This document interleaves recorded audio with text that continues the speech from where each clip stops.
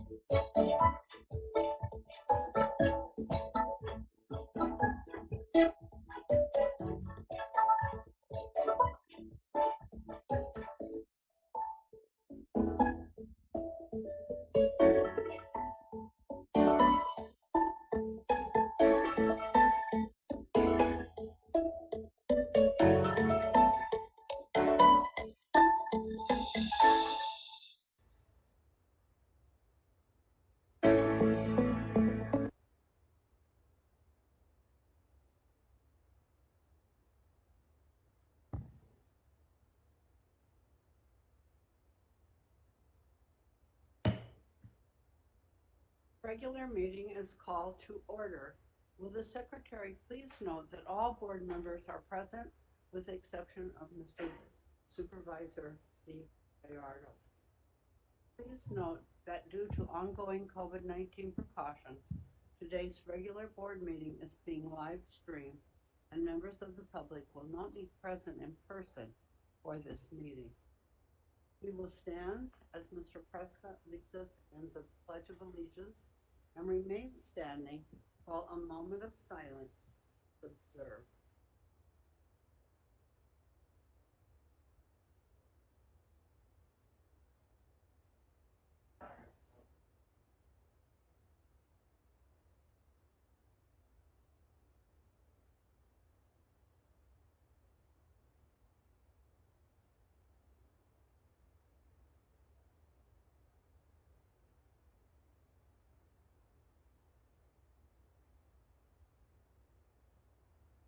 Thank you.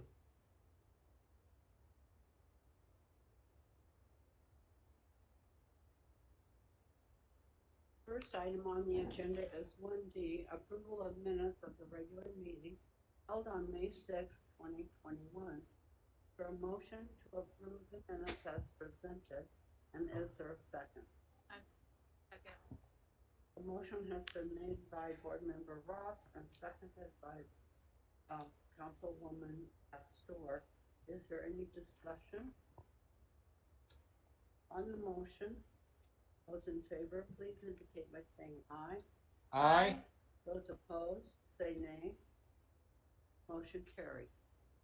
The next item on the agenda is 2A, recognitions and accomplishments.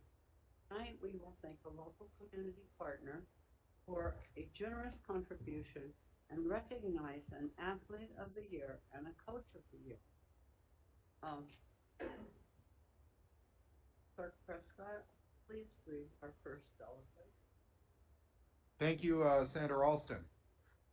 Tonight, we'd like to recognize United Healthcare Community Plan donation. United Healthcare Community Plan is presenting Phoenix Union with a $50,000 donation this evening to support our upcoming summer COVID vaccination events. United Healthcare Community Plan is one of the largest providers of Medicaid coverage on behalf of states across the nation. This summer, PXU will offer 3 events titled Spread Love Not COVID Student Edition. In partnership with our elementary partner districts, Albertsons/Safeway, Native Health, and the United Healthcare Community Plan, we will provide 15 sites for anyone 12 years or age or older to receive the Pfizer vaccine. These events will take place over the course of 3 weekends across our 220 square mile footprint. The first event will take place on Friday, June 10th and Saturday, June 11th. There will be food boxes and feminine hygiene products available for individuals receiving the vaccine. More information and specific locations can be found on our website. Please join us as we thank United Healthcare Community Plan for their generous donation.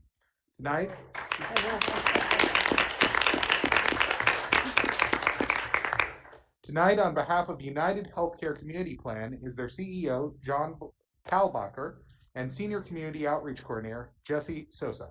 Please feel free to join us and share a few words.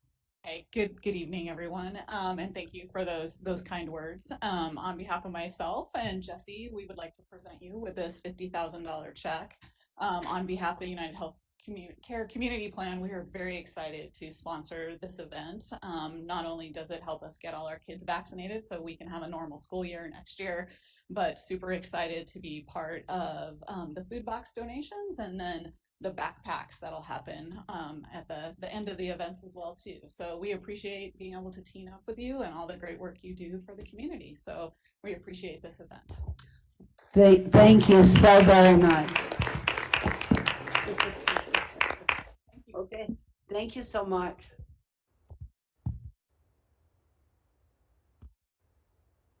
Board Member Marquez has our second celebration. The 6A Baseball Player of the Year, Daniel Avitia, Alhambra High School. Daniel Avitia is a recent grad from Alhambra High School's class of 2021 and a proud member of the Lions baseball team. Daniel has been the ace of the Alhambra pitching staff for the past 4 years. This year, He led the Lions to a region championship and a 6A state runner-up finish. Following a stellar senior season, Aditya was selected as the 6A State Player of the Year. Daniel led the 6A division with 96 strikeouts and finished second in wins with an 8-1 record on the mound. Daniel's best performance came in the state playoffs, where he threw a no-hitter in a 1-0 win over Sunny Slope in the first round and a 3-2 win over nationally ranked Hamilton High School in the semifinals. Aditya is set to follow his brother David to play baseball at Grand Canyon University next season. However, Aditya will likely go pro following the MLB draft in July. Please join us as we congratulate 6A Baseball Player of the Year and Alhambra High School graduate Daniel Aditya.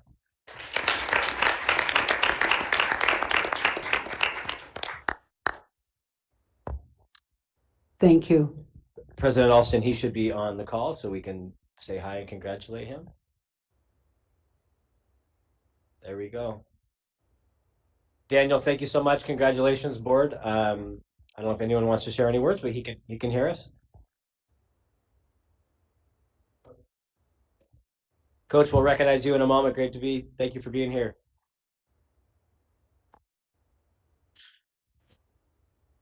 So I would like to say something to Daniel. Of course, I've gotten to know Daniel, but most importantly, Daniel, is that board member Marcus's son played for Brophy. Oh.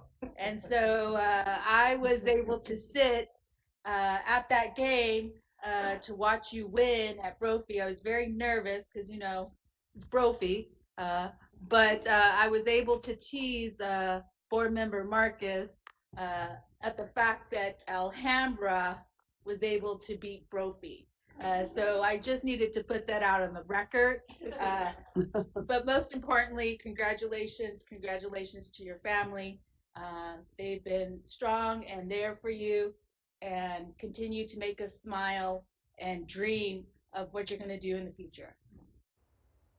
Would you like to say a couple of words?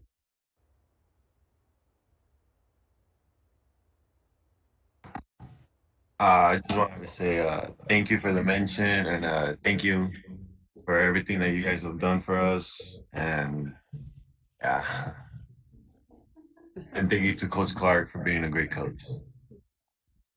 Well, thank you both so much. I read about your marvelous season and your outstanding postseason in the newspaper, and made my heart glad. I taught at Alhambra for a while, for a few years, and loved that experience. So you add so much quality to this district and to Alhambra High School, and we certainly appreciate that very, very much, and wish you the best of luck going forward.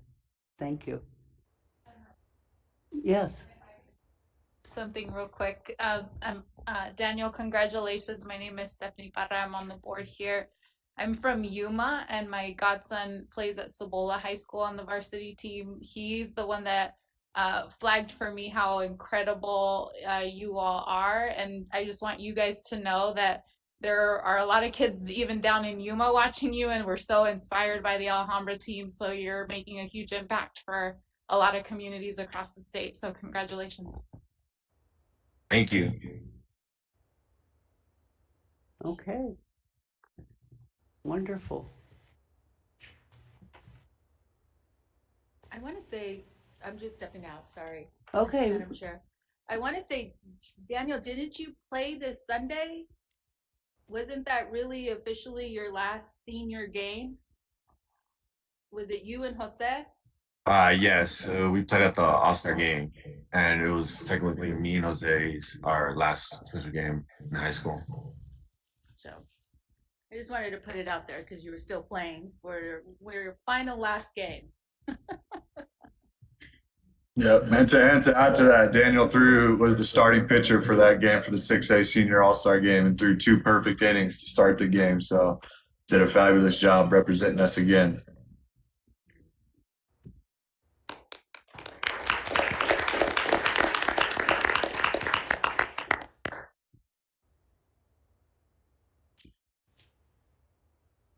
Okay.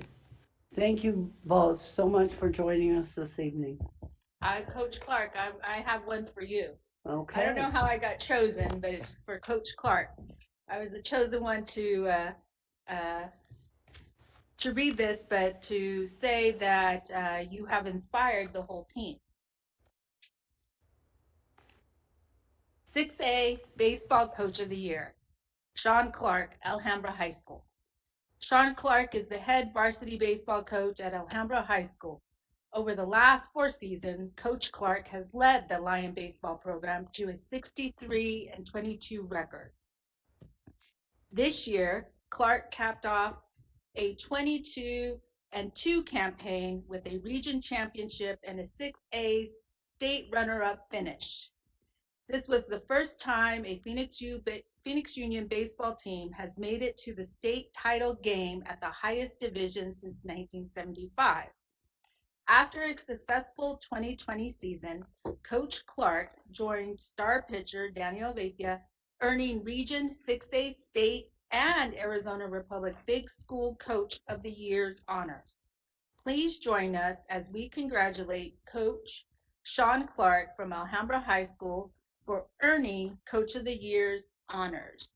Congratulations, Coach, because you put your heart out there and you're out there every day, even yesterday, with those boys and getting the new team ready. So thank you for all your work and thank you for the sacrifice of your family too. And let's continue. Thank you.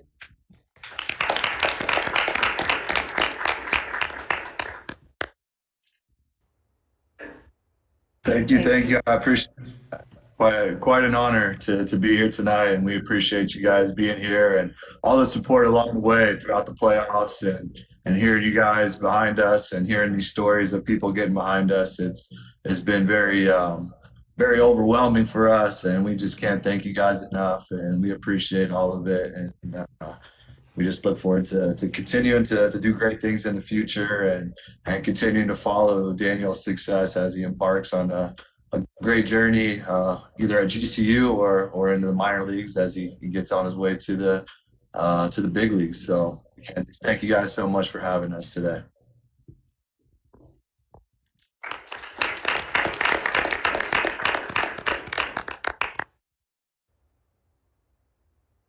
Thank you both so much for joining us this evening.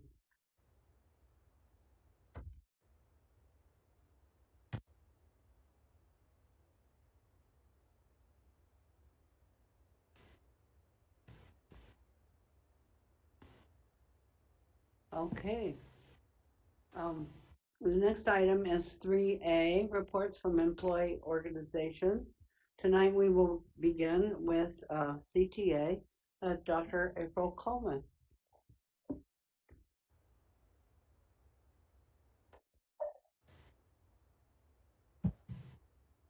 Good evening, everyone. President Alston, governing board members, and Dr. Gaston.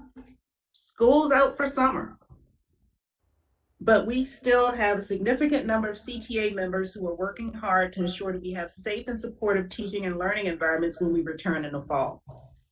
Whether it's providing a wonderful summer experience for our incoming freshmen, credit recovery opportunities through summer school, enrichment opportunities through content-specific workshops for students, revising and or creating curriculum that meets the changing needs of our learners, participating in our interview committees so that we are fully staffed when our students return in the fall, or the PLC advisory performance-based pay or evaluation committee work, we are still here. Tonight, we are bringing forward new professional agreement language that has been ratified by members, and tomorrow we will begin planning for the 21-22 IBN session. As always, we appreciate your support, and we look forward to some in-person meetings with all of you in the fall. Thank you very much, and have a wonderful evening. Thank you so much, Dr. Coleman, for being with us this evening. Next, we will hear from Vanessa Jimenez from CEA.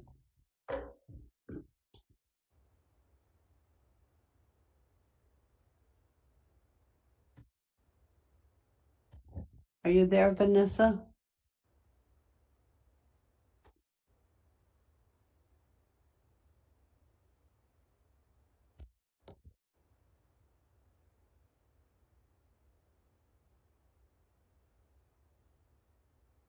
Do we come back? Okay, we'll go to Melissa Jackson, who is with the Administrators Association, and we'll come back to Ms. Jimenez. Thank you. Are you here, Ms. Jackson? I'm here. Good. Good evening, President Alston, governing board members, Superintendent Dr. Gaston, leadership team, and community. This year, ADA has recognized administrators and shared some highlights from each of their respective areas. We would like to end our highlighting our leadership cabinet and executive team tonight.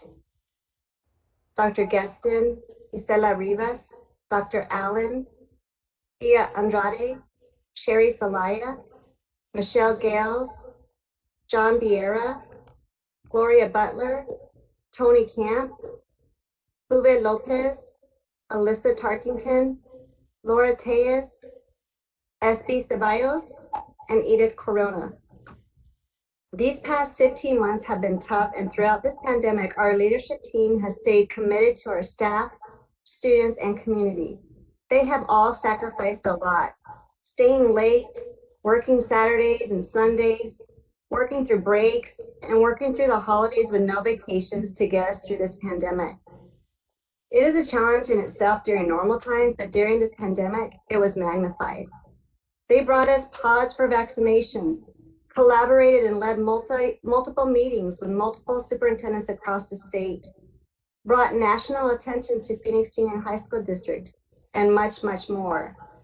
We hope that you know how much we appreciate all the work and sacrifice that you have done and continue to do around the clock. Thank you so much. Also, as we're closing out the end of the school year, I would like to thank you all for your support and collaboration during my 2-year term as ADA president. I have learned so much and have enjoyed working alongside you all, CTA and CEA. Next year, our new ADA cabinet will be President Keith Brazier, President-elect Dina Williams, Secretary Stacy Hacker, and Treasurer Janine Aguilar. Thank you all again and enjoy your summer. Thank you so much, Ms. Jackson. And Ms. Vanessa, are you here? I am. So sorry. I'm actually across the street. Can you guys hear me? We can. Thank you so much. Yes. So don't have too much. I'm still working, but good evening, President Alston, Governing Board leadership. I guess I should have just went across the street. Would have made more sense. It's still rough, but we're muddling through. We're getting ready to start our 4 weeks of Summer Academy tomorrow. I'm really excited to do a deep dive on customer service with over 500 of our employees, my colleagues, and this will be our first time doing Spanish offerings, and we have over 80 of our colleagues signed up to do it in Spanish and in person. So just really excited that we're able to offer this, especially to offer in additional language so that everybody can feel like they're able to fully participate. PA language, you guys will see that today. We worked hard, try to clean up and do the best we can for our colleagues and just keep doing the work we do every day with pride and service to our school communities. So thank you for everything you guys do to support us as a Classified Employees Association. Thank you so very much. Okay. The next item on the agenda is for a call to the public. Due to ongoing COVID-19 precautions, a link was provided to the public for individuals wishing to address the governing board.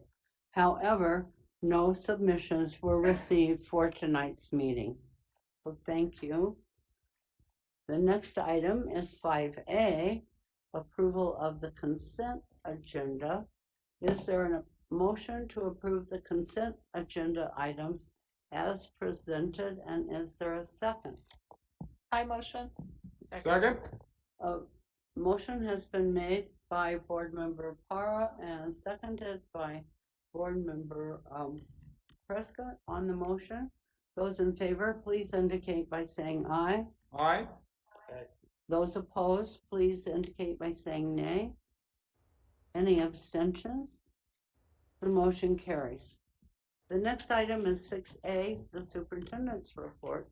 Dr. Geston, please provide your report. Good evening again, President Alston, board, and exec team and Phoenix Union community. Tonight I have a briefer presentation because if you've seen the agenda, we have 3 presentations and discussions for the board when I am done. And so we'll be brief. I do want to start by thanking Miss Melissa Jackson. You heard her today announce that this was her final month as president of ADA. She's done a fantastic job and are very proud of her work. She's a longtime Phoenix Union administrator, began her career in Phoenix Union as a special education teacher and has worked her way up to the director of CTE, and just want to thank her for her support and advocacy. It wasn't easy to be an exec team member during a pandemic, as you've heard, but certainly not easy to be a leader of an association as well. And she did a fantastic job helping us navigate. This is the time of year where we start to tally up scholarship totals. We have exciting news tonight that Phoenix Union once again surpassed our all-time record. We are at $149 million in scholarship offerings. We've come a long way. For context, about 10 years ago, that number, believe it or not, was only 13 million. It then jumped in just 6 years ago, that number jumped to 50 million. And then jumped to 100, and now this year we are at 149 million and counting, and want to thank all of our teachers and our counselors. That does not happen by accident. That is an absolutely remarkable number. Some schools like North High School and Trevor Brown actually surpassed 20 million on their own, and so just extremely proud of our campuses and sending our class of 2021, even during the pandemic, off to college in most cases for free. Another way that students get to college is not just scholarships, but FAFSA. We worked really hard to do virtual FAFSA events, FAFSA drive-throughs. Our FAFSA rates continued to be strong despite the pandemic. And Bioscience High School was recently announced as an outstanding FAFSA Performance Award winner in the state of Arizona for the percentage of students that completed their FAFSA this year. As we talked about briefly last month, we don't only focus on sending kids to college. Many of our kids go to career or life or service in the military. And I wanted to highlight Mr. Travis Gamage from the Academies at South Mountain, who officially got his pilot's license while being in high school. How amazing is that? And wanted to congratulate Mr. Gamage, and how brave is he to get in an airplane. So congratulations to him. Last month as well, I'll share just a highlight of a video. Last month, we spent time talking about our class of 2021 members that are going off to elite colleges. We had a brief conversation about we value all college, we value career, and at the time I promised you all that we were working on cool stories of alumni, students going straight to community college, workforce. And so just going to show a quick intro to a video. We're going to start to highlight other members of class of 2021 and even alumni. So this is just about 1 minute of a cool video that we will publish really soon.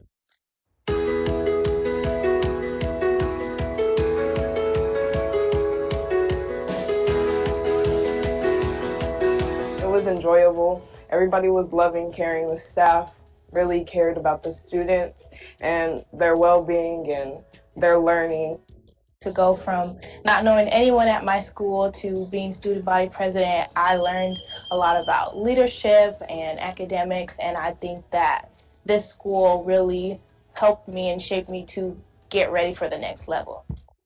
Overall, my high school experience was amazing. I'm so blessed that I was able to attend Central and that I found my place through student government and through being involved in athletics. I felt like my professors really cared about me. My teachers, they encouraged me to do better and encouraged me how to do a lot of things. I decided to go into the workforce and to join that community, and I joined back with Phoenix Union high school district, and it's been a great journey, and everybody is kind and loving.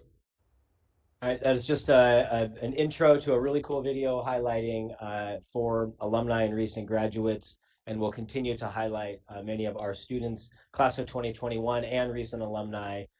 All 4 of those particular stories are fantastic stories, and including wanted to thank a local member of our community, the 3rd person highlighted. Her mother's name is Stephanie Vasquez. She's the owner of Fair Trade Coffee. She's been intimately involved in a lot of Phoenix Union activities. She happens to be an alumni of Phoenix Union, the mom, and then her daughter is Maryville High School. The mom went to. The daughter is a Central High School graduate, went off to college, actually graduated in 3 years, launched her own company, and is doing amazing work. And so just one of the vignettes that you saw there, and we'll continue to publish on our website stories about who we are, Phoenix Union.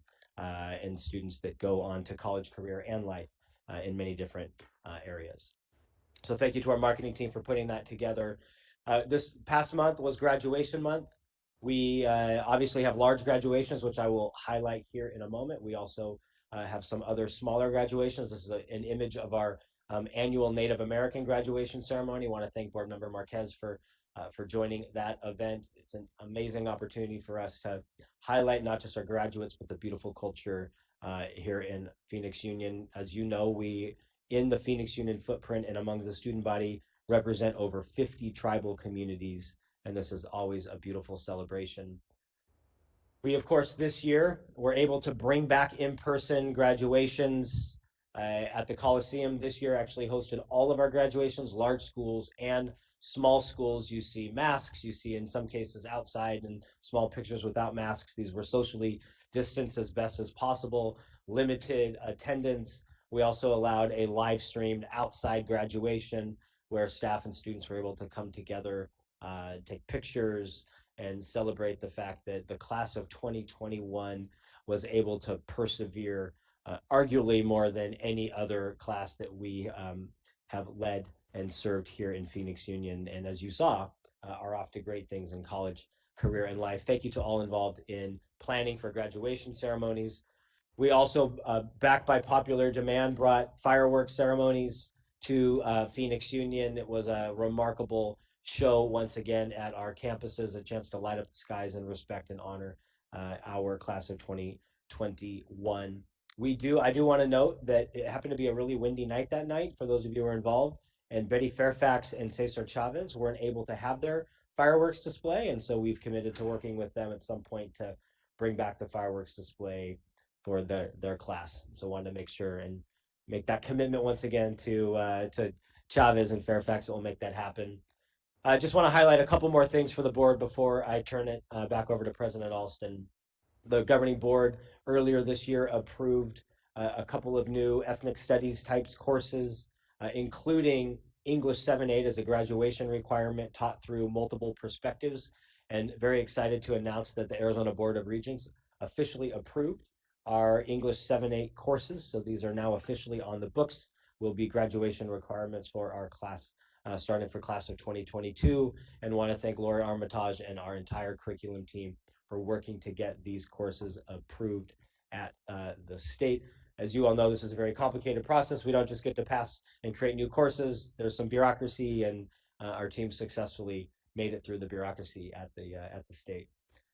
Speaking of our Phoenix Union staff, wanted to thank, we have so many teachers involved in state, national, and local work. I just wanted to highlight just 2 more examples of teachers in Phoenix Union that are playing a role at a level much bigger than Phoenix Union. Ms. Bronwyn Lyons and Megan Dunkley from Carl Hayden High School and the academies at South Mountain have actually been helping the State Department redo and rewrite curriculum at the state level, and so wanted to thank them for their advocacy, not just here in Phoenix Union, but outside of Phoenix Union. And then also, these are just 2 examples of many. We had a chance this year to recognize some national teachers, some statewide teachers. I also didn't want to forget that we have many teachers in Phoenix Union who get monthly awards, not just inside of Phoenix Union, but these are just 2 great examples. Matthew Arenas received the Teacher of the Month for Univision. Miguel Herrera, also from Carl Hayden Community High School, received the KTAR Teacher of the Month. These are just two of hundreds of teachers that get recognized. And I just thought one final time this year, thanking our teachers, all employees, but our teachers for working magic in classrooms, both virtual and in person. And then we've launched summer school. We'll share updates at the end of the summer how summer school went, but there's a lot of unfinished learning. And our starting summer school began this week, or starting a lot of that unpacking what maybe we missed, and are starting to fill some of those gaps throughout the summer, not just for current students, but incoming freshmen. We also, as I alluded to earlier during the study session, we're already planning for next year. All of our admin came together for day one of Admin Academy. We're already in full preparation for the launch of the 2021-2022 school year. I want to thank our teams for their effort in preparing a fantastic day one of Admin Academy. And then finally, vaccines. One way in which we will find ourselves fully prepared for next year is to get as many of our students, families, staff vaccinated as possible. We do many of those through the coordination of our own team under the direction of Isela Rivas, with assistance from Melody Bach and many others. But we also brought other opportunities. Here was a partnership with Congressman Ruben Gallego's office at Carl Hayden Community High School. And then as you saw the big check tonight, $50,000, that we will host 3 large citywide vaccination events throughout the entire summer with many, many partnerships. You saw the $50,000 check given to us, not just for vaccines, but you heard and have read backpacks, health clinics, food boxes, feminine hygiene products, bringing many resources to these particular events. I want to thank Native Health, Maricopa County, Safeway Albertsons, and recently received news that Lyft is giving us $10,000 worth of free rides for our community to come get vaccines. We've got codes. We set up a new hotline today as we start to market. Anyone who wants a vaccine that cannot get there on their own will be able to call a Phoenix Union COVID hotline, get a special Lyft code to come get their vaccines. And again, want to thank Ms. Rivas and our team for their amazing efforts in preparing for these events, our marketing team for marketing these events, and of course, these are done in partnership with our K-8 feeder pattern. And just also wanted to highlight on the last event of the summer, the last COVID event, we're turning those into large health clinics as we launch the school year, not just COVID vaccines, but other non-COVID vaccines, as well as you see mammograms, dental screenings, sports physicals. And so as we think about the launch of the school year, we want to make sure that all of our students are ready, not just with COVID, but all other health checks. And with that concludes my report for tonight. Okay, Councilwoman Pastor. So I wanted to, you mentioned graduations, and I really would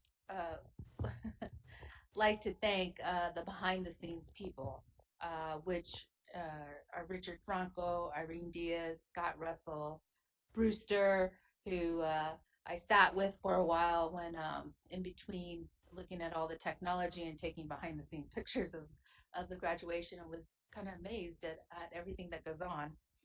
And then Mila Flores, who was there 24/7.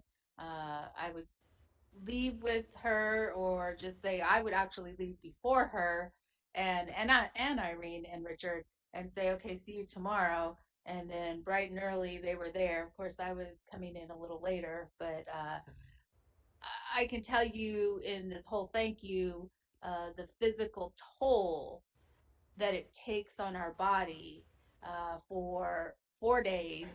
The recovery rate for me, it takes me more than 4 days to recover.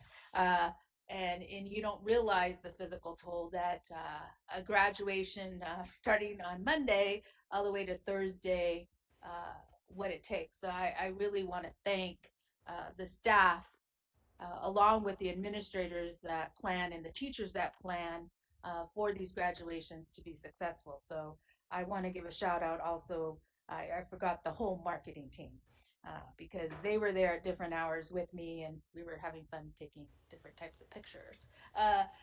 They're deleted, but but I wanted to thank them for that in the graduations. You mentioned what was right after your graduation. Dr. Geston. I forgot to write it. President Alston, after graduations and fireworks were ethnic studies. Fireworks. Okay, fireworks. I got many calls on the fireworks. I'm not sure if we went out to our communities and leaflet the whole surrounding areas. I was getting calls of saying, I think there's shootings happening. And I would be like, no, go outside, they're fireworks. So I don't know. And then maybe with the wind and the sound, uh, something happened with the acoustics in the sense, but this was the first time because last year I didn't get those calls. So this year was the first time I got, and it was in different areas. It was like from the Camelback area to the west side to even Central Phoenix.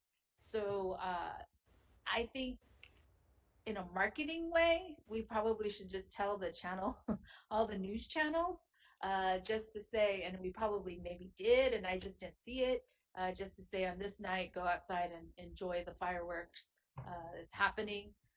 So that's just an FYI to know. I'm sure you guys did everything you could, and people didn't read their paper, didn't get an email, nothing. I know that too. I get that at my office often.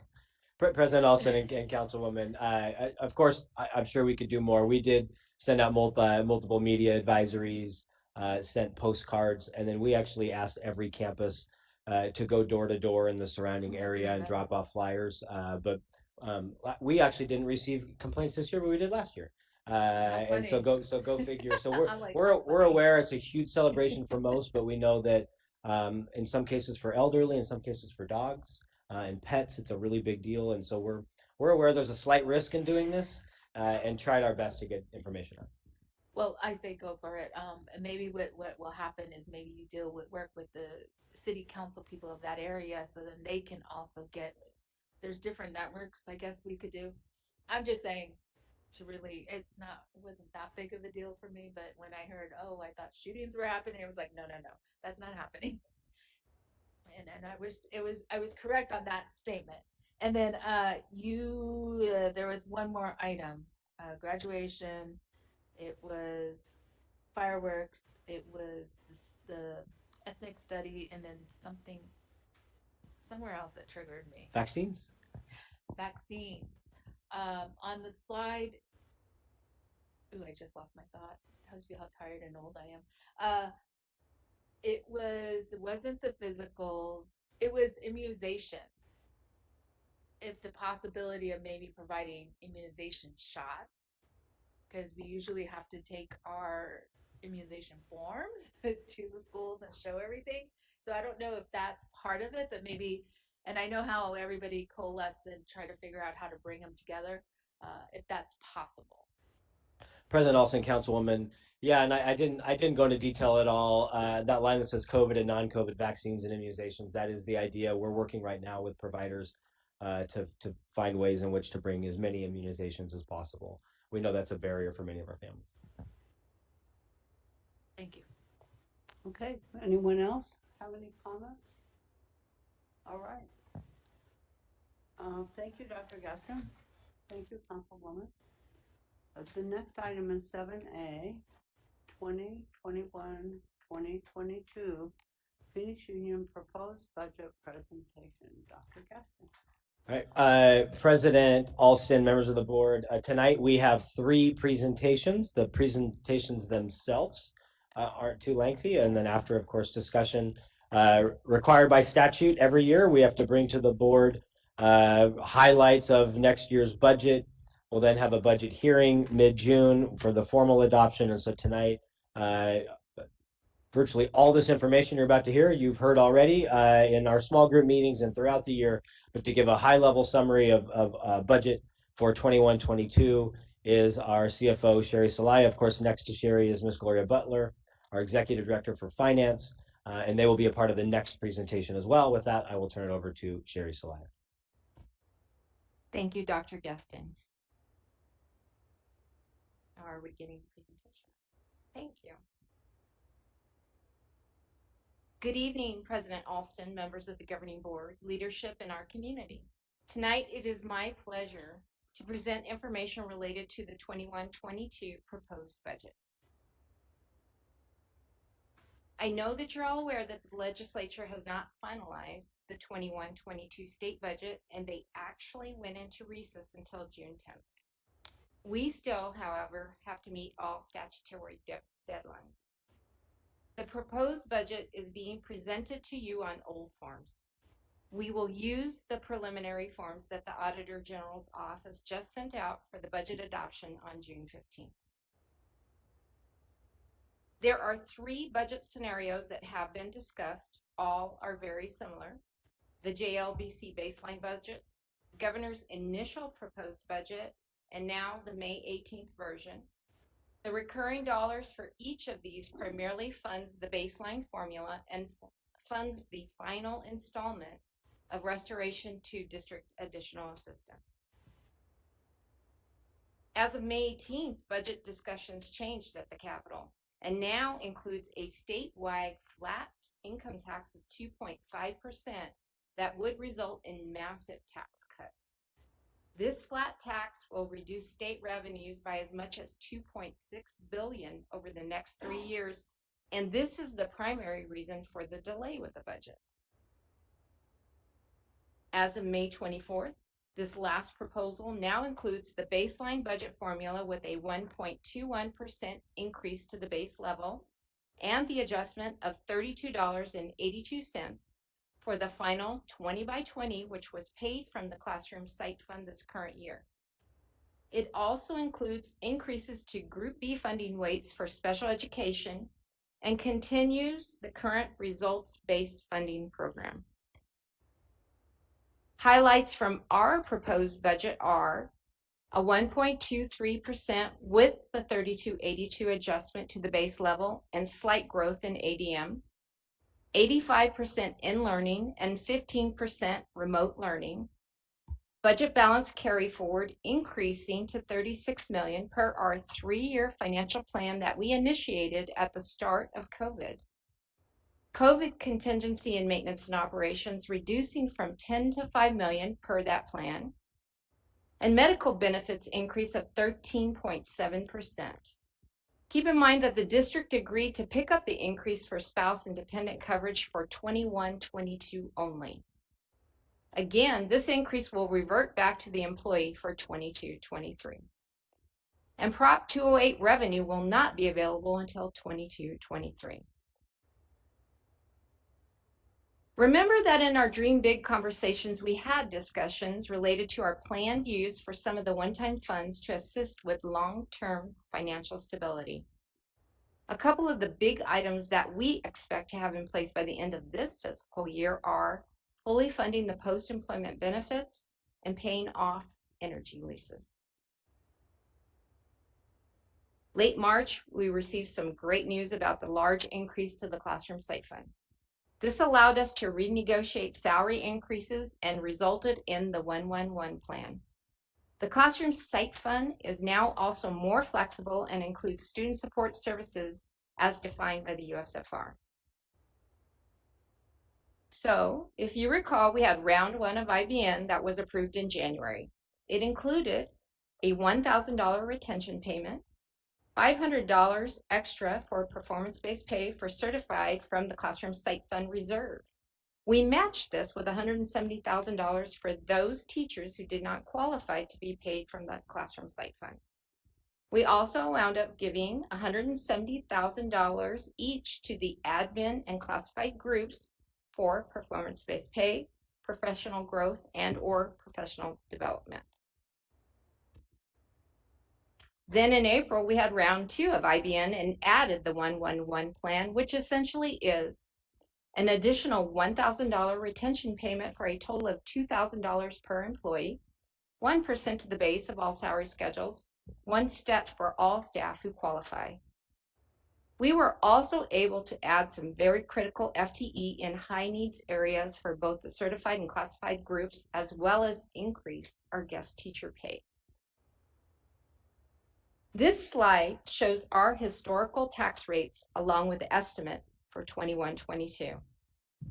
The economy did not dip as much as we anticipated, and we actually experienced very nice growth in our assessed value, 10.8%.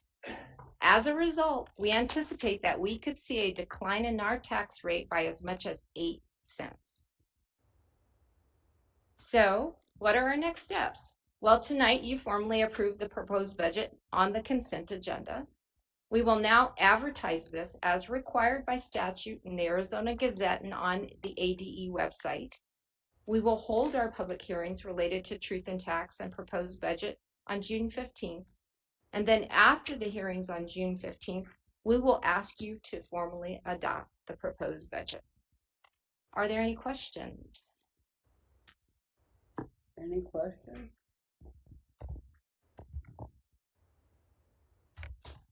Okay, thank you, Sherry. You're welcome. The next item is 7B, financial planning discussion.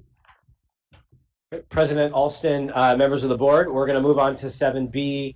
As you are aware, and during our small group meetings, we spent some time on a lot of the items you just heard, but also spent time talking about the stimulus monies that are coming, in particular ESSER 3. And tonight, as you heard in the small group meetings, you'll see again, this is just a very, very high-level summary. Tonight, we're trying to create space for you all to really ultimately answer two questions. As you'll hear in a moment, there's a requirement for us to seek community input. We'd love to hear your thoughts on what that could or should look like. And then the second is uses of the ESSER 3 funds. As you'll hear from Gloria, we're getting a lot of new money and also need to start to generate some thoughts around how we could and should use that money. And so you will hear a very high-level summary from Gloria and Sherry on a summary of the discussions that we had. And then tonight, again, is just an opportunity for you to answer those two questions and have a healthy board discussion. So with that, I'll turn it over to Gloria.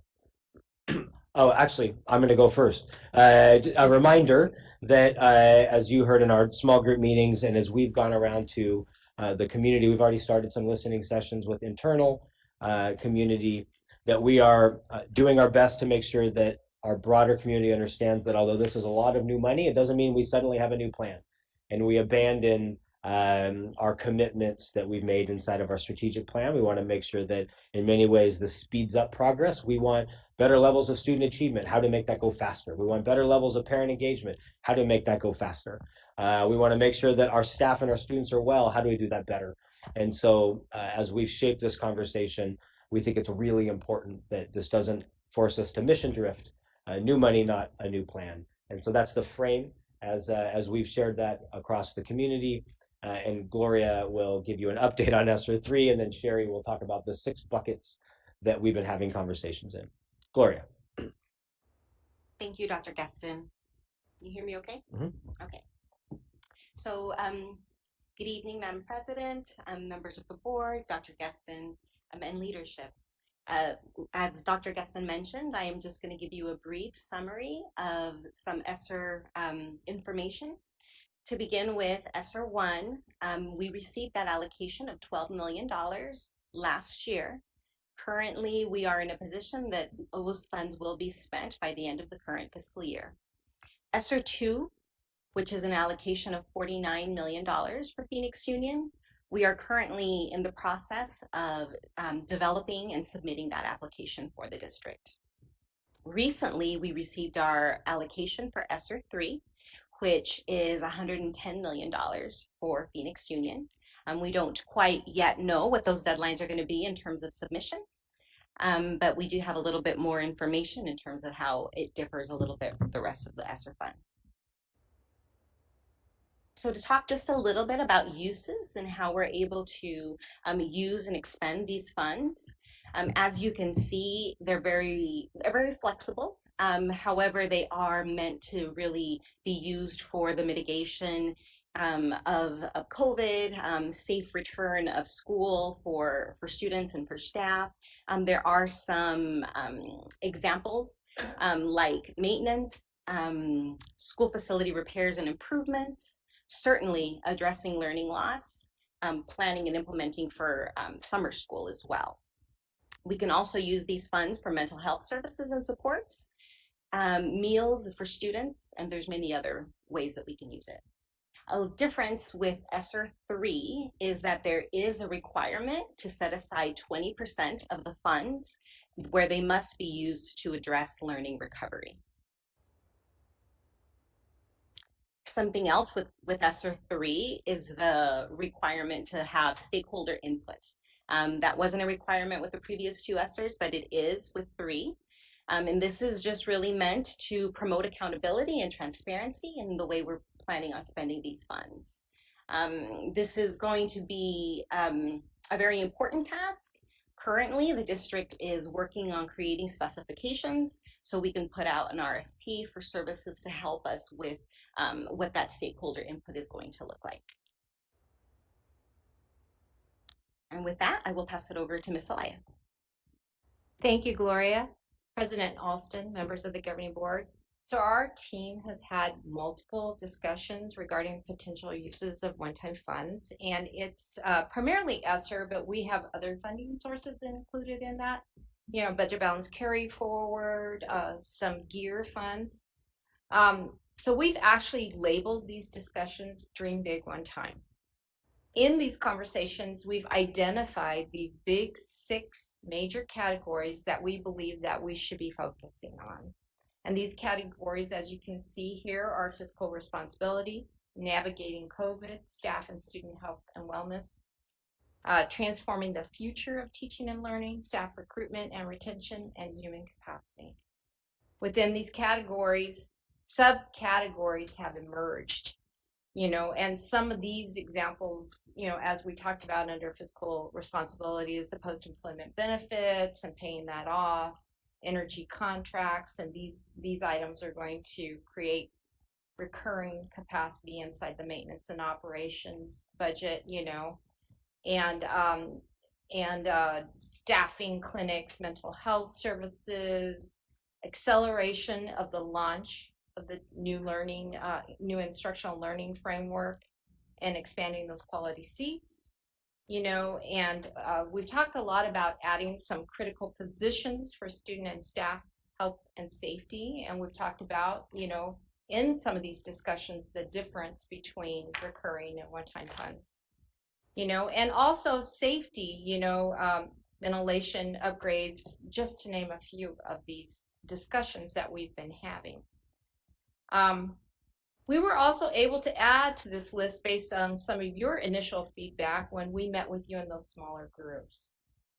So we, of course, at this point, are still at the initial stage of seeking any additional input. And we would love for you to share your ideas with us. So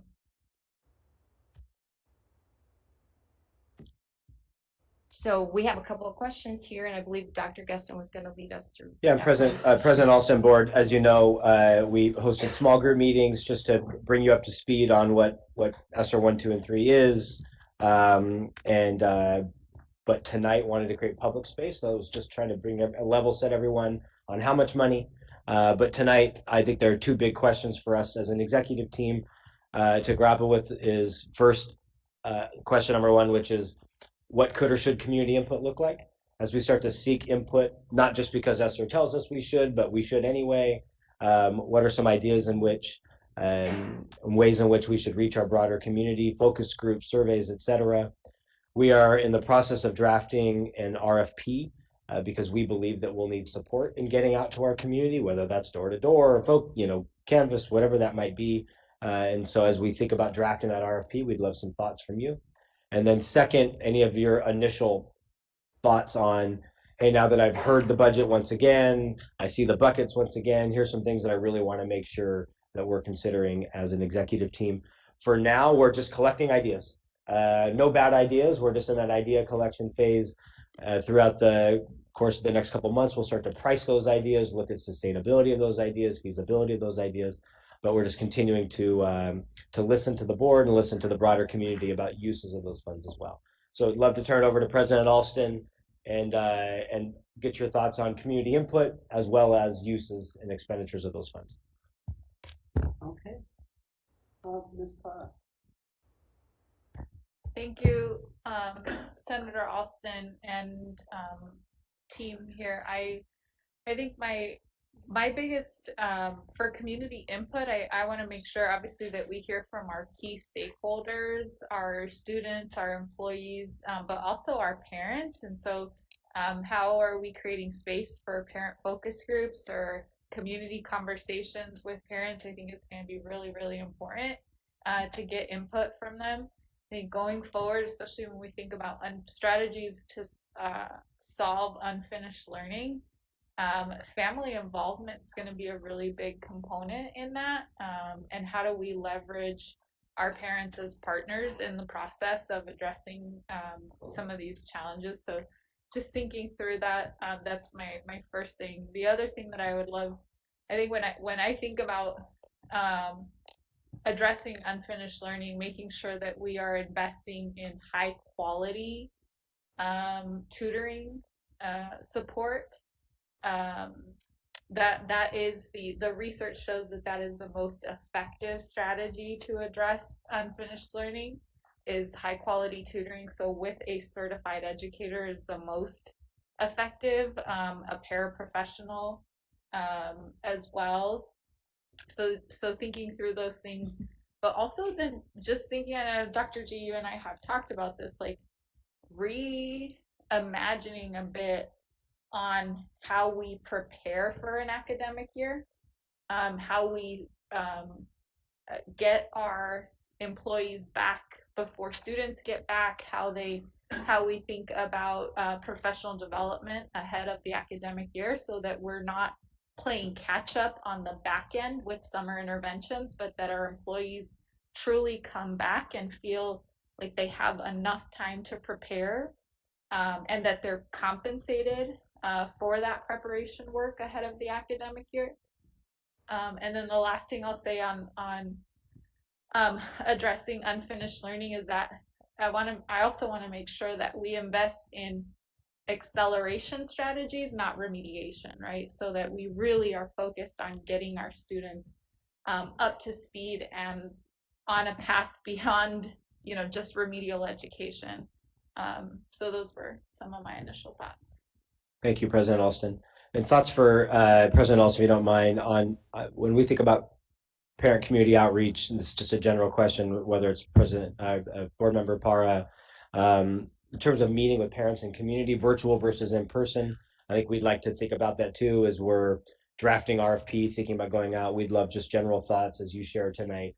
When we think about seeking feedback, is that virtually? Is that in person? Again, ultimately you all can answer that question, but we're trying to grapple with that right now as a team.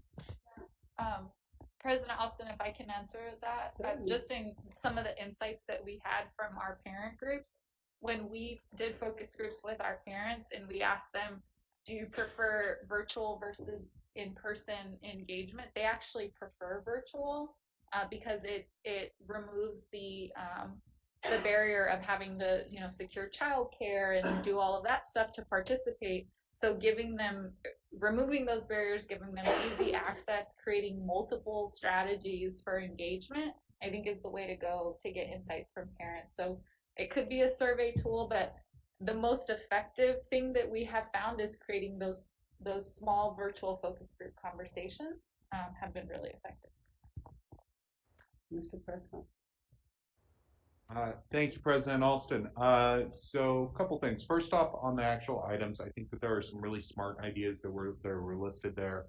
I'm particularly in support of some of the financial investments, paying off debts, so that we're in a better financial outlook moving forward. I'm also in support of some of the investments around mental health and unfinished learning.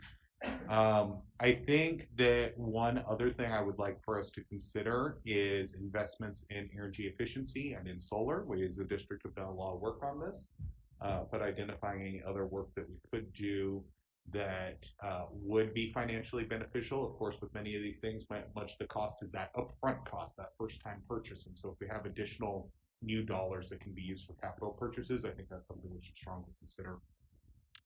Regarding the engagement, I do think that we should do our best to solicit ideas from the community. I recognize that we don't have the timeline, given the timeline associated with these stimulus funds, to do a full participatory process. And frankly, you know, with our safety process, the participatory process has taken longer than we originally budgeted. That said, I do think that there are lessons we can learn from that. I think that many times when governments do engagement, they present a plan and people say, I like this, I don't like this, and then they make a new plan. But there lacks the ability for community members to actually submit their own ideas. And so what we do, right, I think that focus groups are great. I think surveys are great. But I think finding ways where the broader community can participate, where it's not narrow to a select group, and then finding ways where people can submit their own ideas and then share which of those ideas they prefer, rather than just that entry level public comment that we see so often across government bodies. Excellent. President Alston and Clerk Prescott noted we're taking notes, and we'll go back through audio. I think that's part of the reason why, one, we think we need an RFP because we think this is going to be broader and take way more capacity than we have. Two, our thinking around these 6 buckets is that we're not giving them a plan to bless. It's here's 6 areas that we can use the funds for, and dream big inside of those buckets. And because what we wouldn't want them to do is dream big in an area that we can't use the funds for. So that's kind of this idea is part of the reason why we didn't bring you 50 ideas. We're just trying to generate ideas. When I met with Councilwoman today, she said, people are giving out ideas. We see what sticks. We see if we can afford it. We see, and that's the idea. We don't want to say yes. We don't want to say no. We don't want to get people. We just want to spend our time listening, and so that's our commitment. And throughout the process, if you feel like we're not following through on that, we'd love your feedback. But we think this is an opportunity to authentically listen. Anyone else? Councilwoman Pastor.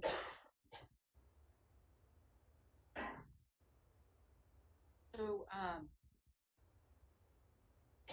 I think there's several areas that are in here. I'm going to take it in a different perspective. The intention of ESSER funds, or the intention of the funds that are being released by not only to schools but to governments, is to really bring back our economy and bring back people, bring back to normalcy. And knowing that schools or children have lost a year, possibly a year and a half now, we need to bring that generation forward and move them to where they need to be, not only where they are currently, but really move them and accelerate them, not only a year and a half, but 2 years, in order to get them in the workforce or get them to the level that they need to get to. That's a huge lift, especially when they've lost a year and a half. And I will speak of my son, who sat for a year and a half of me pushing, yelling, screaming, threatening to get up at 9 o'clock and at least log in and say I'm here. So someone like me who is at the home doing that and then saying I have to leave, I was able to do that. There are many families that weren't able to do that because they either left before reporting time or they just couldn't motivate their student. And the battle I had at a certain point was, and the mental battle that I had was, do I keep doing this? Am I pushing him further away? Is this really helping? And how do I engage the school to now engage him or motivate him to engage in school? So, and you're talking a very well-educated woman that was having their own struggles. So we know that that's happening out in the community. And then we have the opposite side where the kids showed up and did what they did, and the parents didn't have that struggle. But I think the majority of us had a struggle. So mental health to me is very important. Social health is very important. How do you re-engage? How do you engage with friends now? How do you engage with teachers? How do you now say, I need help? and not help in the sense of I just struggling in motivating myself to understand this math problem. So then how do you get that piece and fill that gap? And so I think mental health is very important. I think we're going to have to spend a lot more money than what we anticipate in that area. We're going to have to spend a lot more money in quality tutoring. I believe Board Member Fada said it best, that quality tutoring and really mastery of what they need to know is important so that we can then move them. And there are programs and there is research demonstrating that it can be done, and it can be done at an accelerated level. It's just a matter of investing in them and investing in the support system. So I feel like that we're going to put more money, we should put more money in there.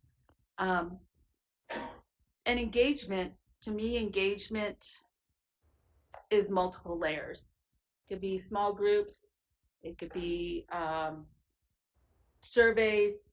I think the most effective is an engagement is a door-to-door. I think the most effective is possibly really using our students and training them and having them go in their neighborhood and go door to door and knock to their neighbors and have them use an iPad or whatever it is that we do and say boom, boom, boom, and very small, simple, quick, and fast. They can also engage their peers to engage their parents. I think there's multiple levels of way of doing that.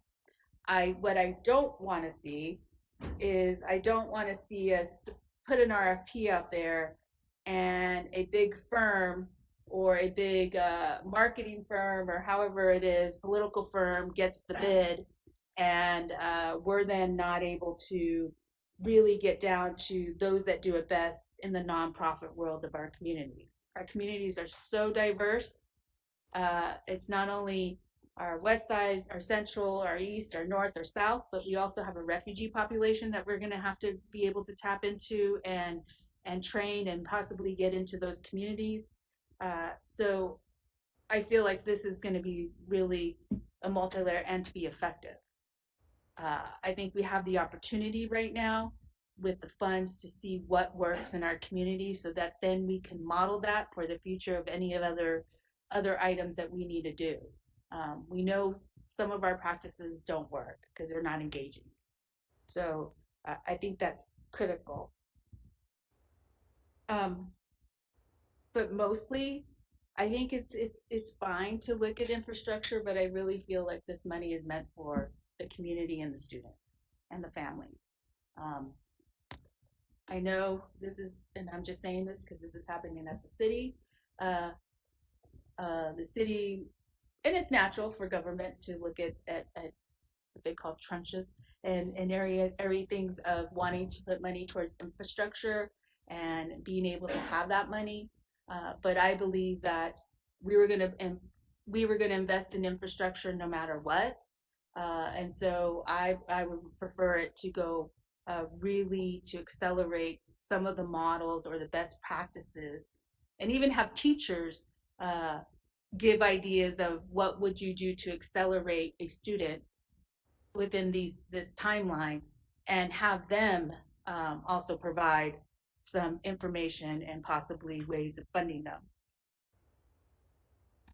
I think it's a multi-layer. I also think that our gifted and other groups of students also need some love and care. And what does that look like? So ultimately, and we'll continue to have this conversation, but ultimately I would like to see it really being invested back into teaching and learning. Thank you.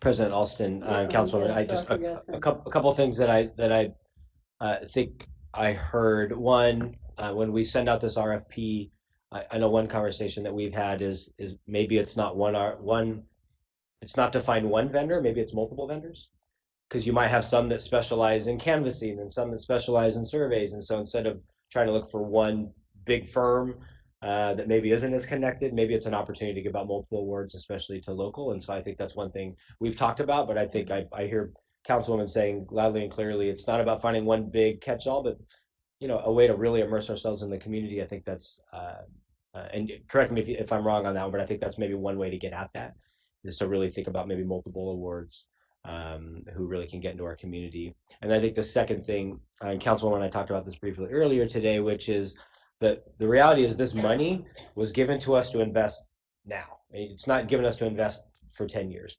So one of our buckets is fiscal responsibility. We have to ask ourselves that question: are there things that we can do to really hone us up long term?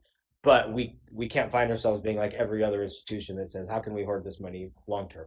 We got to put it back into the community now. And so I think that's why only one of the 6 buckets is fiscal responsibility. And we want to find ways to really invest that back. So I think those are, aside from taking other notes, I think I heard those 2 things pretty clearly from Councilwoman. Ms. Parra, did you have something to add? Yeah, I was just gonna echo that. I think it's so, like, when reaching and really getting deep into the community, it's gonna take a multi-layered approach. It can't just be a survey or a single focus group or X. It's going to take multiple strategies. And some will be more effective than others, but I do like the idea of having maybe different groups out working in partnership with the district to really get deep into the community and listen. Mr. Marquez. I'm gonna go first.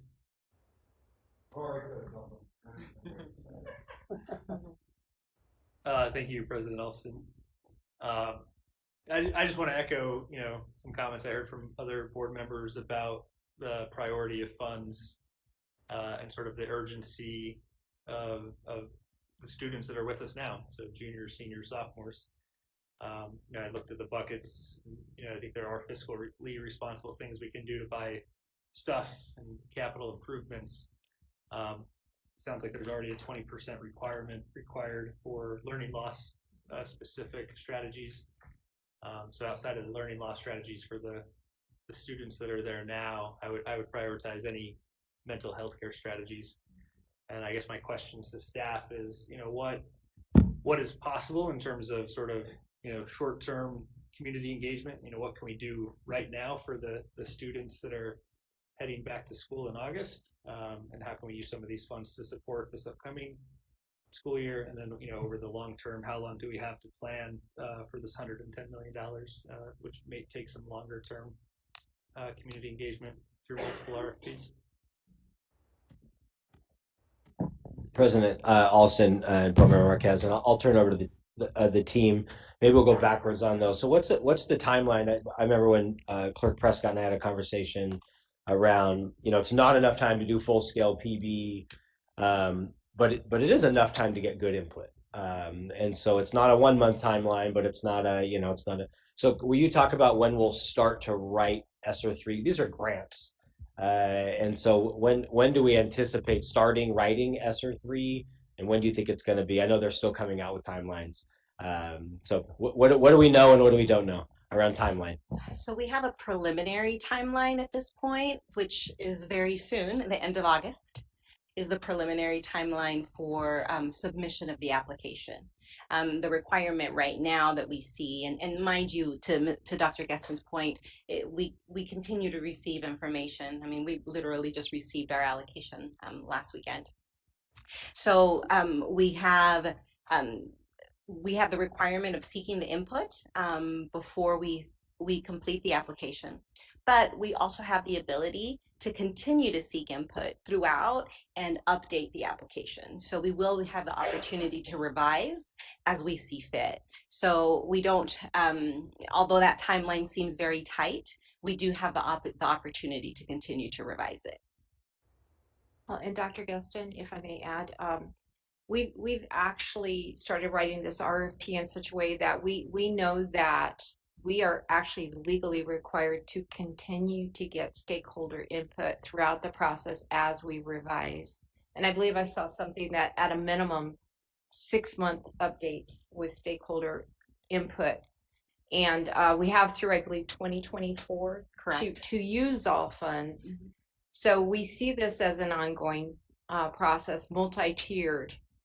So I do believe that it's going to be best if we have multiple vendors and employee groups that are engaged in this, with multiple opportunities and different venues and different, types of outreach, so that we're continuously getting this feedback, the original feedback, but also, are we still on the right, page? Do we need to tweak this and adjust it, as we're moving along?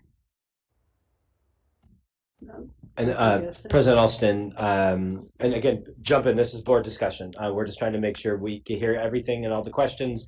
We may not have all the answers, but we're trying to gather as much information.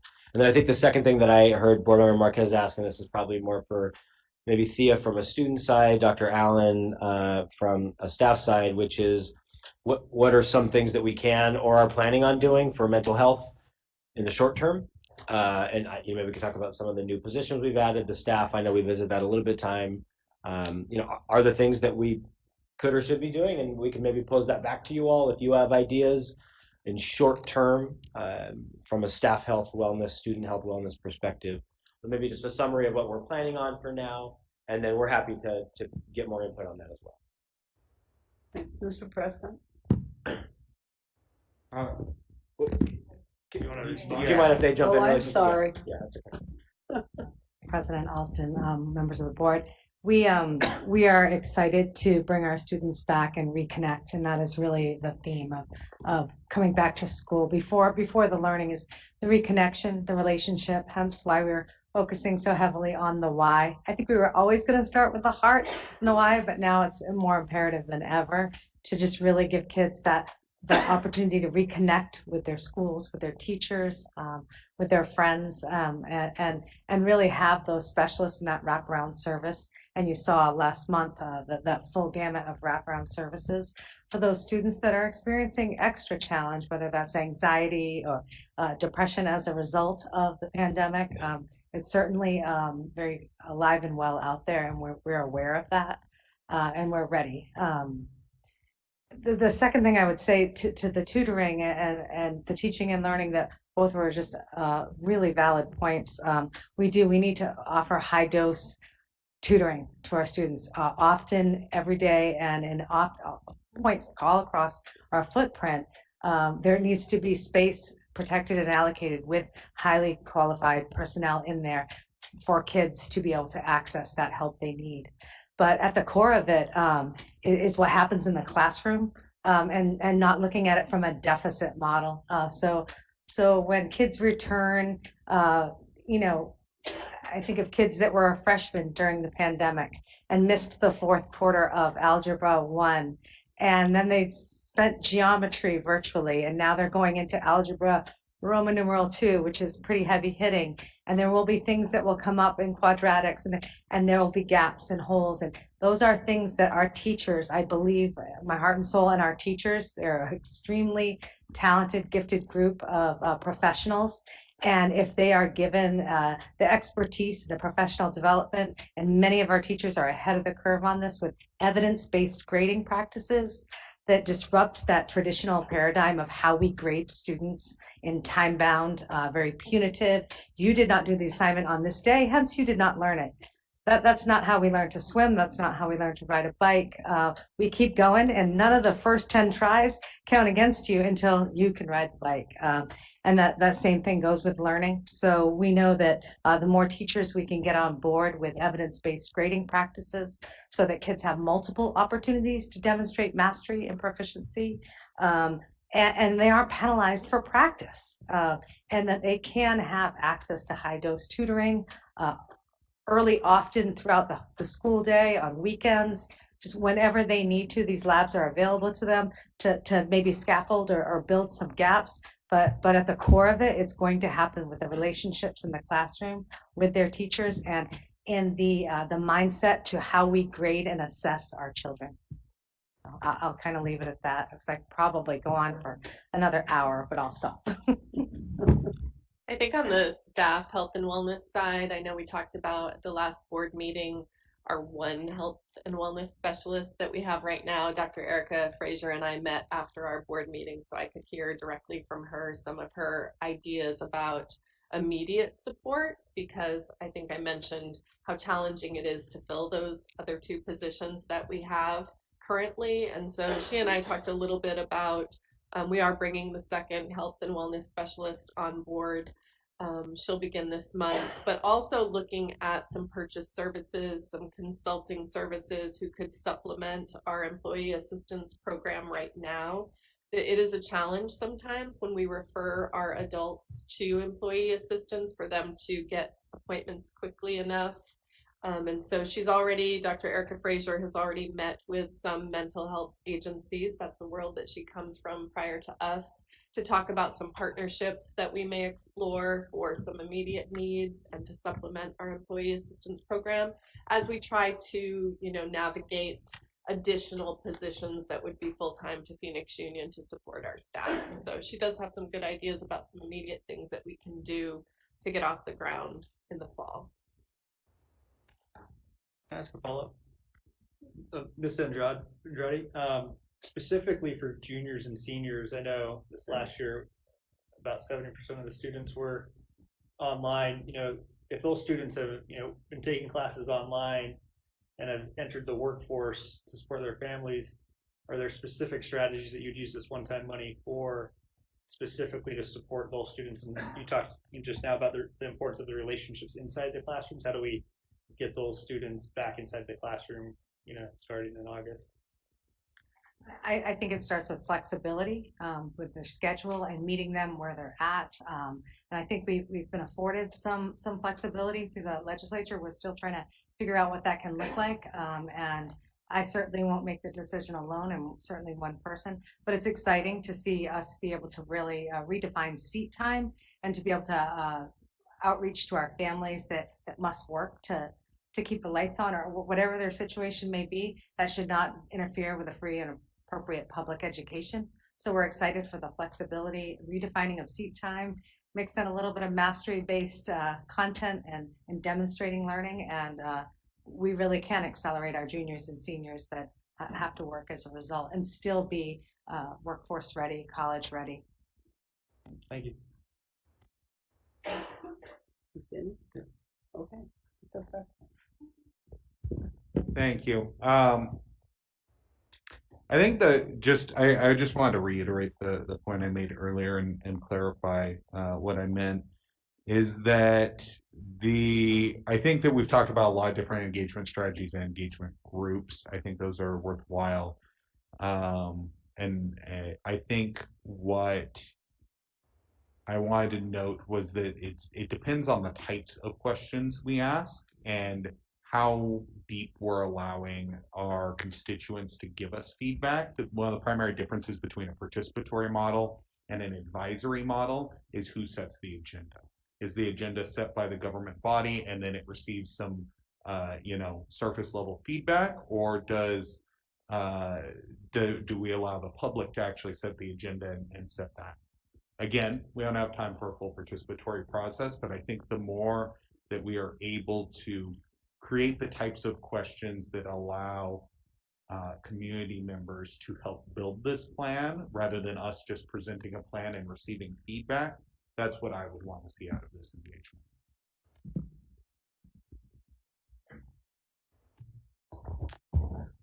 Ms. Pastor. So I think what I'm hearing, and I just want to get clarity, is that we really want to have an engagement participation and really bring in ideas or community or family members saying, these are our needs. And in order for us to move forward, or our student or our child to move forward, this is what I feel is needed or wanted. And maybe they may not even know at the time how to really articulate it, because I didn't really understand what was going on with my son until we really worked with a counselor to get him to say, I'm struggling, I'm not understanding, I need help, but I don't know how to ask for help, and I'm embarrassed to ask for help. And so really get to some of the heart of the issues that are happening within our community. And what I'm hearing is really wanting a dialogue. They may not be able to define it and put it in a bucket, but they were able then for us to listen and hear and to figure out, okay, this is probably what they're really asking, or ask the question, is this what you're looking for? Versus I hear you in saying, and it is true, government does do this. This is what we think you need. Do you like it? Do you not like it? Check, check. I checked the box. There was community engagement. Okay. So I hear you, Jennifer. And President Alston and board, I think maybe another next step, we have many next steps, would perhaps after we finalize RFP, get out in the market, select 2, 3, 4 vendors, that maybe there's an engagement process even around the board around what are some types of questions, what could that look like, so that we don't get in our own way of really trying to seek authentic feedback. And so we're happy to engage again around what are the types of questions and ways in which we know how to do PB. As you said, we don't have time to do PB, but what are some of the lessons that we've learned to create space for people to really feel confident to generate ideas and not just bless ideas? And I'm concerned that we're not asking some of our populations who need the support the most are not being asked how they need the help. And so there are certain groups of individuals in our community who will always be here to let us know what their feelings are about whatever we're doing. But the people that maybe most need our support never get asked. And it's just something I think we need to think about as we go out into the community and try to make these determinations. Ms. Farah? Senator Alston, I think you bring up a great point, and I think it's going to be critical for us to really listen to our English learners and our students with special needs in this time, because they have been disproportionately impacted when it comes to addressing the unfinished learning. So I think we're going to need to be really thoughtful to listen to not just the students but their families as well, and how do we create support systems for them to be successful moving forward. Thank you. President, if you don't mind, I'll make one more comment. Another thing that I think has been interesting for us, that I think if we frame these conversations right, is we've done Dream Big one time. Our initial conversations internally, it hasn't been about ESSER. It's about dreaming big on how to transform teaching and learning, how to have better wellness. And so I think if we do these listening sessions right and ask the right questions, it's not just about how do you spend this money. Maybe it informs strategic plan differently. Maybe it informs how we spend other funds, where we put our energy. And so I think if we can ask the right questions, although the feedback is about ESSER funds, it might really inform us more strategically on where our focus should be. So, anyone else? Okay, one more. I think it's important with the RFP that we see the RFP. And what I mean by that, because then we all have worked in these spaces just to see, okay, element of the language for outreach. And you can give it to us. I mean, it doesn't have to be in public or whatever, a meeting or one-on-one, but kind of look at the language, because if we're going to multi-layer it's different. I see them all looking at you, Lynn. I started looking at Lynn too. That's okay. Yeah, and what I mean is, what I mean by looking at the RFP is really looking at the language and how it's written, because an RFP is all in the language and what we're looking for. So, and Lynn, I read RFPs all the time at the city, so I know we can read them. For sure. So I'm just saying, maybe we don't need to look at the RFP. Maybe we give some crafting language. I don't know what that looks like. For sure. President Alston, we'll commit to making sure that we get the right level of feedback for you all before it hits the market, for sure. I think that might be above our pay grade. There's lots of things above my And, pay and, grade. and not within our responsibility, but it's a good thing to be thinking about. Thank you, Ms. Pastor. Anyone else on financial planning? Last call. Okay. And thank you, Ms. Butler. Pleasure having you here. The next item is 7C, redistricting discussion. Dr. President Alston. Alston and board, again, thank you for that discussion on. Thanks for the discussion on use of ESSER and community feedback. I'll make sure I work with Lynn as well to think about what's the most appropriate way to get feedback as we draft an RFP. Yeah, no, for sure. The conversation is not about the vendors, but the RFP, right? And what are we looking for sure, exactly. So tonight, governing board, our last official presentation. I know we have a couple of items to vote on after this, but our last presentation and discussion of tonight is on redistricting. As you are aware, and you'll hear much more here in a moment, Phoenix Union High School District must engage in a redistricting process now that the census data is out, although it's not fully out, as you will hear. And so you are going to hear tonight, governing board, from Phoenix Union's new legal counsel.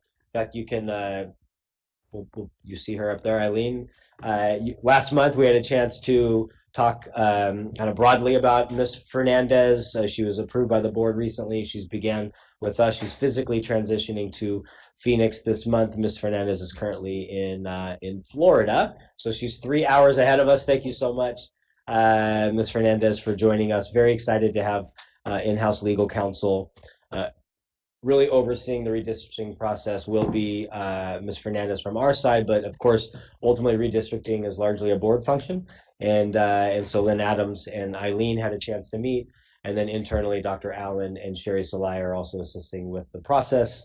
And so tonight, I will turn it over to Eileen, who will share some words, and Lynn Adams, of course, is here to share some thoughts, and then happy to have an initial discussion tonight. And as you'll hear, we do believe that at the June 15th board meeting, even though that's typically a quick financial meeting, that we may have to come back and maybe take some board action on redistricting later this month. But for now, we're going to tell you what we know and what we don't know, and we'll go from there. Ms. Fernandez, I'll turn it over to you.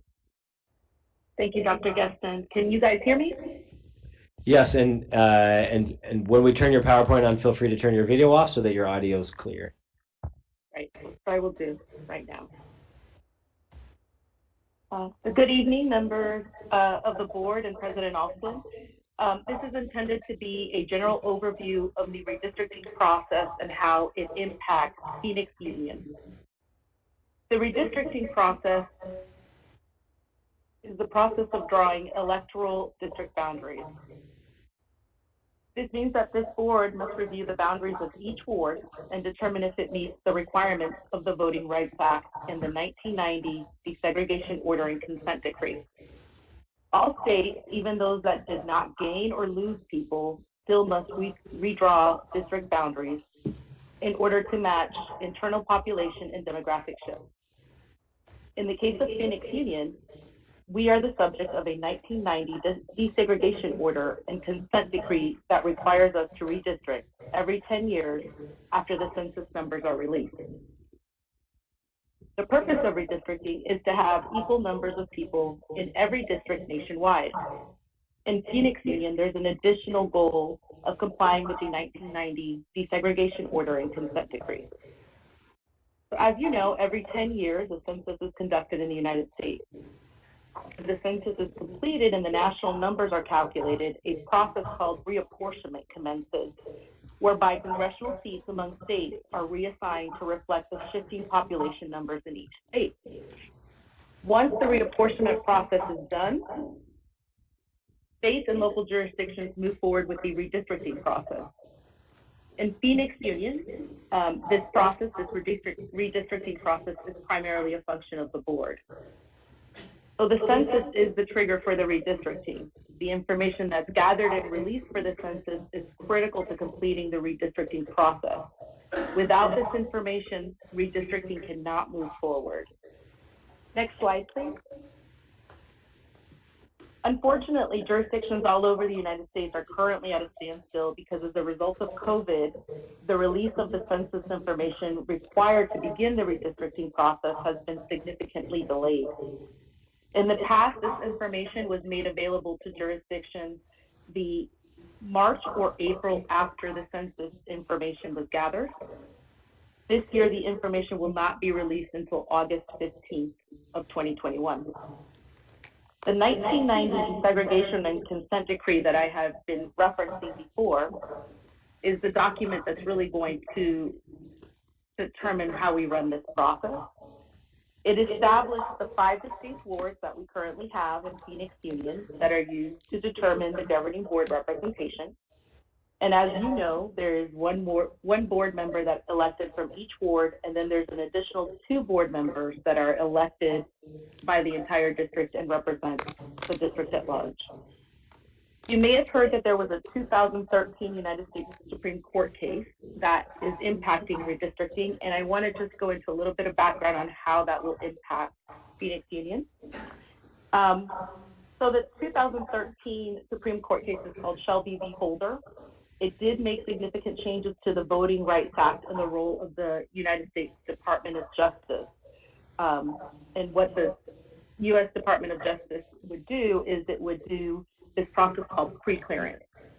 So there were certain jurisdictions that, because of past actions, were deemed to need an additional layer of approval for their redistricting maps. So what would happen is that the Department of Justice would receive these maps after these jurisdictions had completed their redistricting, and they would either approve them or they would raise objections to them. So what Shelby v. Holder did, what the Supreme Court did in that case, is there was a formula that was used within the statutory guidelines that outlined which state would have to go through the pre-clearance process. The Supreme Court said that the data that was used to put together that formula was old, and so therefore was no longer constitutional, and struck just that portion of the Voting Rights Act. So those jurisdictions that used to have to go through the pre-clearance process do not have to do that any longer. However, because we are subject to a desegregation order and consent decree that requires us to go through that process, we still have to go through that process. The Supreme Court case did say that if you are subject to a court order or a consent decree that requires you to go through the pre-clearance process, you still have to do that, and those are still valid. So the DOJ, under the statutory guidelines, has 60 days to review the maps that we submit. If it fails to object within those 60 days, then they are deemed to have no objections and the boundaries are accepted. We recently had a meeting with the county elections supervisor's office, and they gave us a little bit of information on how they're interpreting some of the Arizona statutes. Under Arizona law, you don't actually have any hard deadlines when it comes to redistricting. However, they're interpreting a statute, ARS 15-442, in the following way. So the statute right now requires the county superintendent to file a transcript of the boundaries of each school district within the county with the Board of Supervisors and county assessor no later than December 1st of every year.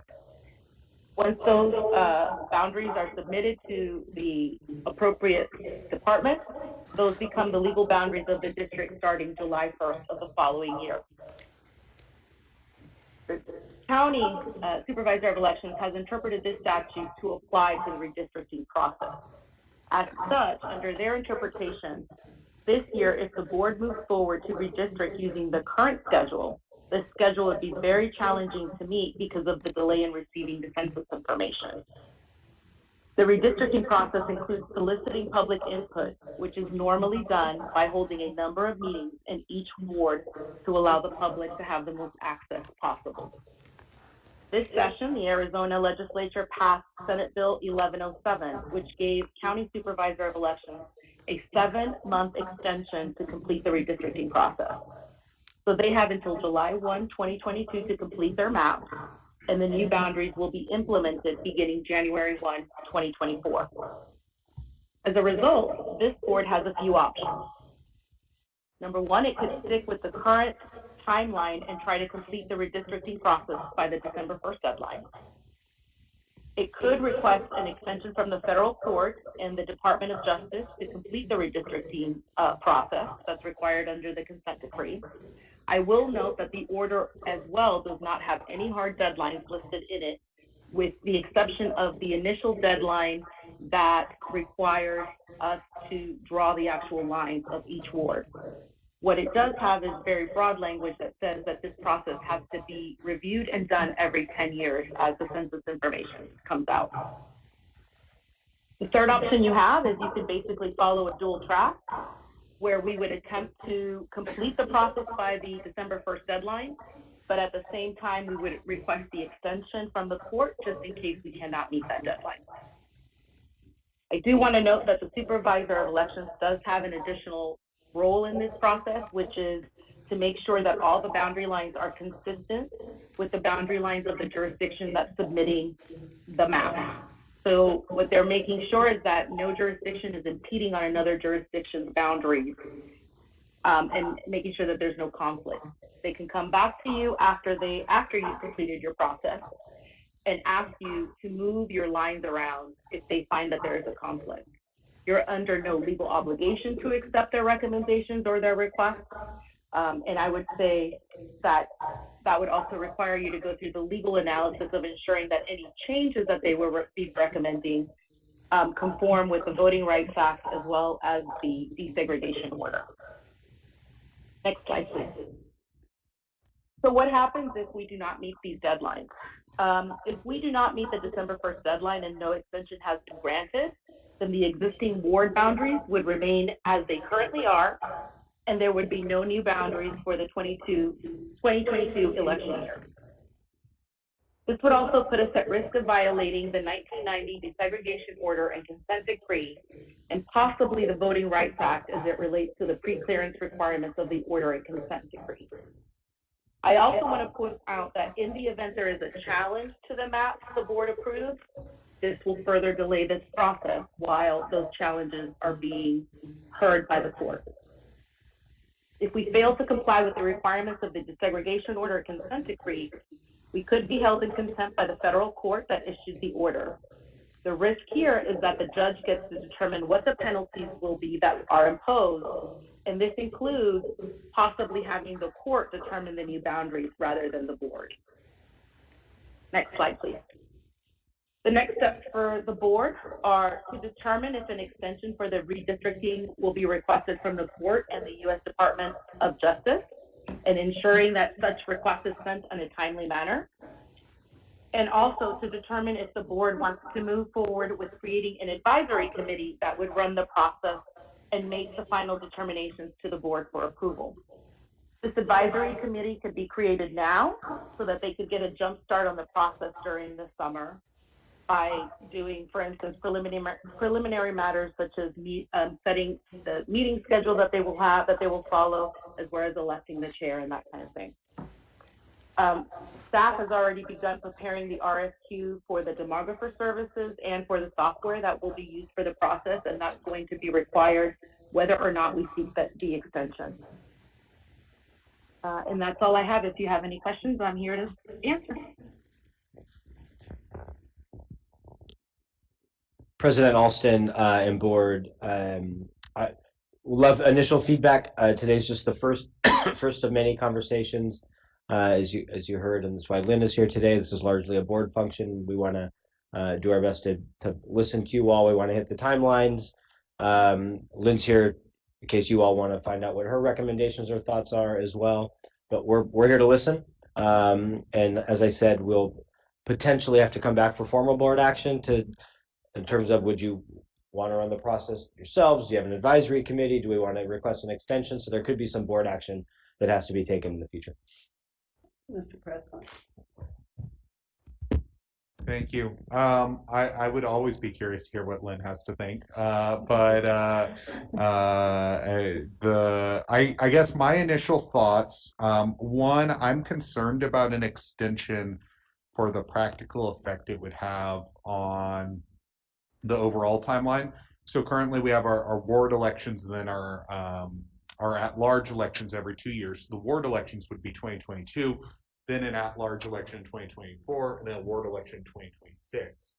If we had an extension till 2024, that really means that those district lines don't come into play till 2026, at which point this is now a 16-year process with the current wards rather than, just a 14-year or a 12-year.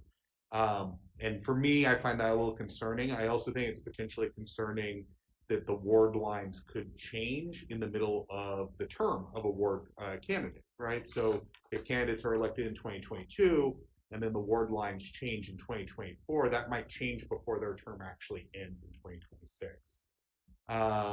So I would want to look at, if it is possible to do a December 1st, I think that makes the most sense. I also think, again, coming back from a candidate perspective, candidates for school board have to live in their district as of a year prior to the election, and so we won't even have the ward lines done by then. And so if I'm a candidate, I'm considering running because I want to serve my community. I don't necessarily even know which district I'm running for because of this combination of the delay with the lines, but also the stricter requirements for school board that are stricter than many other offices in our state. So I would want to do this as strongly as possible. I think an advisory committee makes a lot of sense. I would want it to be a bipartisan committee, but I'd also want it to make sure that it represents our community as a whole. And that we have different stakeholder groups represented, parents, teachers, general community members, that's broad. And then the last thing I would have is, obviously we'd want the committee to oversee the process so that it's separate from the board. I guess my question would be, can we set in process like guiding principles about the kinds of that we're looking for certain equity in the maps when we go forward? I can go ahead and at least start that. I think to your point about the advisory committee, I would strongly recommend that you use an advisory committee. I think it is going to be a lot of work. Ms. Fernandez had a great suggestion. She's been through this before. At the end of the day, the advisory committee is really serving on your behalf. And so it may be that each of you would like to propose a couple members of the advisory committee from your ward. And so that they're acting a little bit under your direction, because at the end of the day, they're going to come back. Obviously, the recommendations are going to come back. But those are issues that you should start to think about. But regardless of the makeup of the advisory committee, I would strongly recommend that you use one. As to the December 1st deadline, I think all the points you made are really terrific points. I will say that Ms. Fernandez and I had a discussion today about the December 1st deadline. I think it's my view that the county, whoever it is, elections person may be interpreting the statute incorrectly. The statute is it talks about district boundaries and providing that information to the county assessor's office. And I think it's primarily for taxation purposes, to make sure that a district's tax, the tax for the district is appropriately indicated when that happens, and there's no overlap between district boundaries. Of course, you're in a weird situation because there are no other school districts that have these ward elections, so there's nothing in statute that really speaks to them. So they're overlaying a statute that really talks to district boundaries as a whole, not to the individual ward boundaries. So I wonder if there's some flexibility there with that December 1st deadline.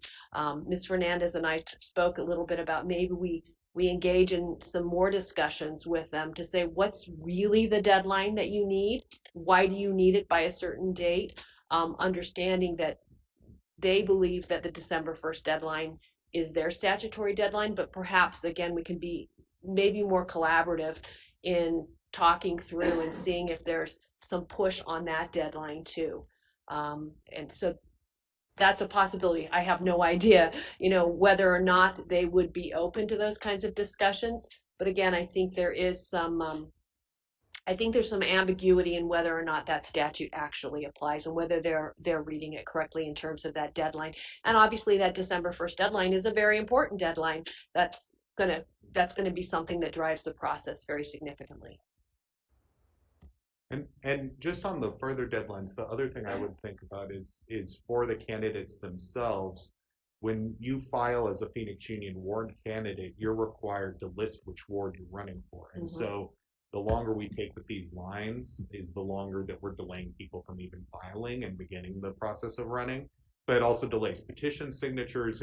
They're required to turn in July or August, but they still need a couple months to gather them. And so even if we're able to push back that December 1st date, I would want to make sure we still get it done relatively early, just knowing all of the requirements for people to run for these offices. Those, and I think all those are all really great practical points to think about too. From a legal perspective, I think Ms. Fernandez's point about kind of being the overarching issue here is complying with your DSEG order. That is the key here. And so it may be that regardless of whether we get an extension or not, it may be that it is good practice to at least alert the court. Here's where we're going through. These are the deadlines. Because again, state law is not what's driving this. It's your DSEG order. And so we really want to make sure that we stay very, very well within the lines of that order, and to make certain that the court understands that we're complying it to our fullest ability. Here's our timeline. Again, that may not be required, but it may not be a bad idea too, even if we don't seek the extension. Anyone else? Ms. Fernandez, do you have anything to add? I do not. Actually, the only thing I did want to add is with as far as the concerns with the petitions and the signatures is concerned, the same bill, Senate Bill 1107 that was adopted, has a provision in there that will allow candidates to collect signatures from their petition from the old boundaries and the new boundaries. Okay. I knew that was the case for legislative members, but I did not know that was the case for school board members. So that's wonderful information to have. So if you collect the signatures while you're in that ward, they're good even if the lines change. Or you just cast a wider net. Is that correct? Potentially. Okay. And, Oh, Ms. Pastor. and my understanding about the petitions is yes, the reason why I know some elements of it is because people will be in elections 2022. Some bodies will not be submitting their stuff till 2023. Wards or districts will change, and those sitting in those wards and districts will continue with the new ward and district until the next election. So that's my understanding. So all those elements is moving along with you, I guess. But that's my understanding, only because many people are in this situation for 2022. And basically, being in other legislative bodies, it's being pushed back to 2023. Yeah, and to Mr. Prescott's point though, because you are in an interesting situation where you have staggered elections and you're really not contemplated, you're kind of an island in terms of how you do things. It does complicate things a little bit too. So I think those are all really good points from a practical perspective to really think about too. So before the June 15th meeting, I think it's really imperative for you to think about whether or not you want to adopt an advisory committee, what it might look like, how you think that might go forward. And again, Ms. Fernandez can offer some advice, I believe, in terms of she's been through the process before, and she can tell you what's worked and what hasn't worked. And so if you have questions, you can also obviously run them through Dr. Geston, and she can provide you with input there on kind of some practical pointers in terms of how to move forward. And also you really, again, need to think about what do we want to request an extension? That's something we're going to need to do. Do we want to have further discussions with the county elections people about the December deadline? Do we want to do both of those? You know, as you know, I kind of like the belt and suspenders approach when necessary. So maybe it's doing, you know, some kind of combination of those so that you make sure, again, with the eye on the making sure you comply with the DSEG order. That is the key here. But obviously any deadlines that the county elections people may implement are going to be important to that. So there are a couple kind of moving pieces, and I think just kind of thinking those through, thinking where you might want to move so that you can give direction to me and Ms. Fernandez would be important. Okay, Mr. Marquez. Well, I'll just add that I support Board Member Prescott's interest in sort of moving forward as quickly as possible to make sure that the candidates that run in 2022 know as soon as possible what their districts look like. And it sounds like that's in line with complying with the desegregation order, and the work around the County Board of Supervisors is somewhat recommended but not required based on your interpretation of the law. Is that right, Lynn?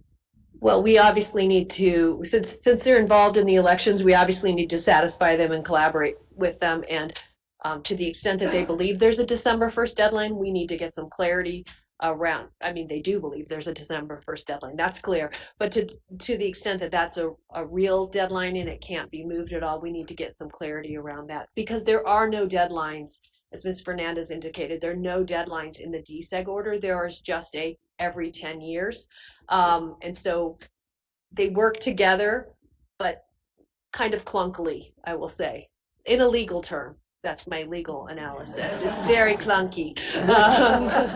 Is there any pre-work that either of you sort of can recommend to start coming up with draft maps prior to the official release of the demographic data released by the census August 15th? I would not even wade into that at all. I mean, I think using the census data, it is such a field where you need such expertise, to be really honest. I mean, but maybe it's just because I've been on the periphery of it in terms of statewide redistricting, but Ms. Fernandez may have some suggestions too. Okay, and then the last question was, can either one of you provide any examples or illustrate what an advisory committee might look like and how that advisory committee might work with the RFP vendor, the demographer that's going to help design these maps based on population? I'll throw that to Ms. Fernandez. Like I said, she's been through this, and so I think she's got some great ideas about it.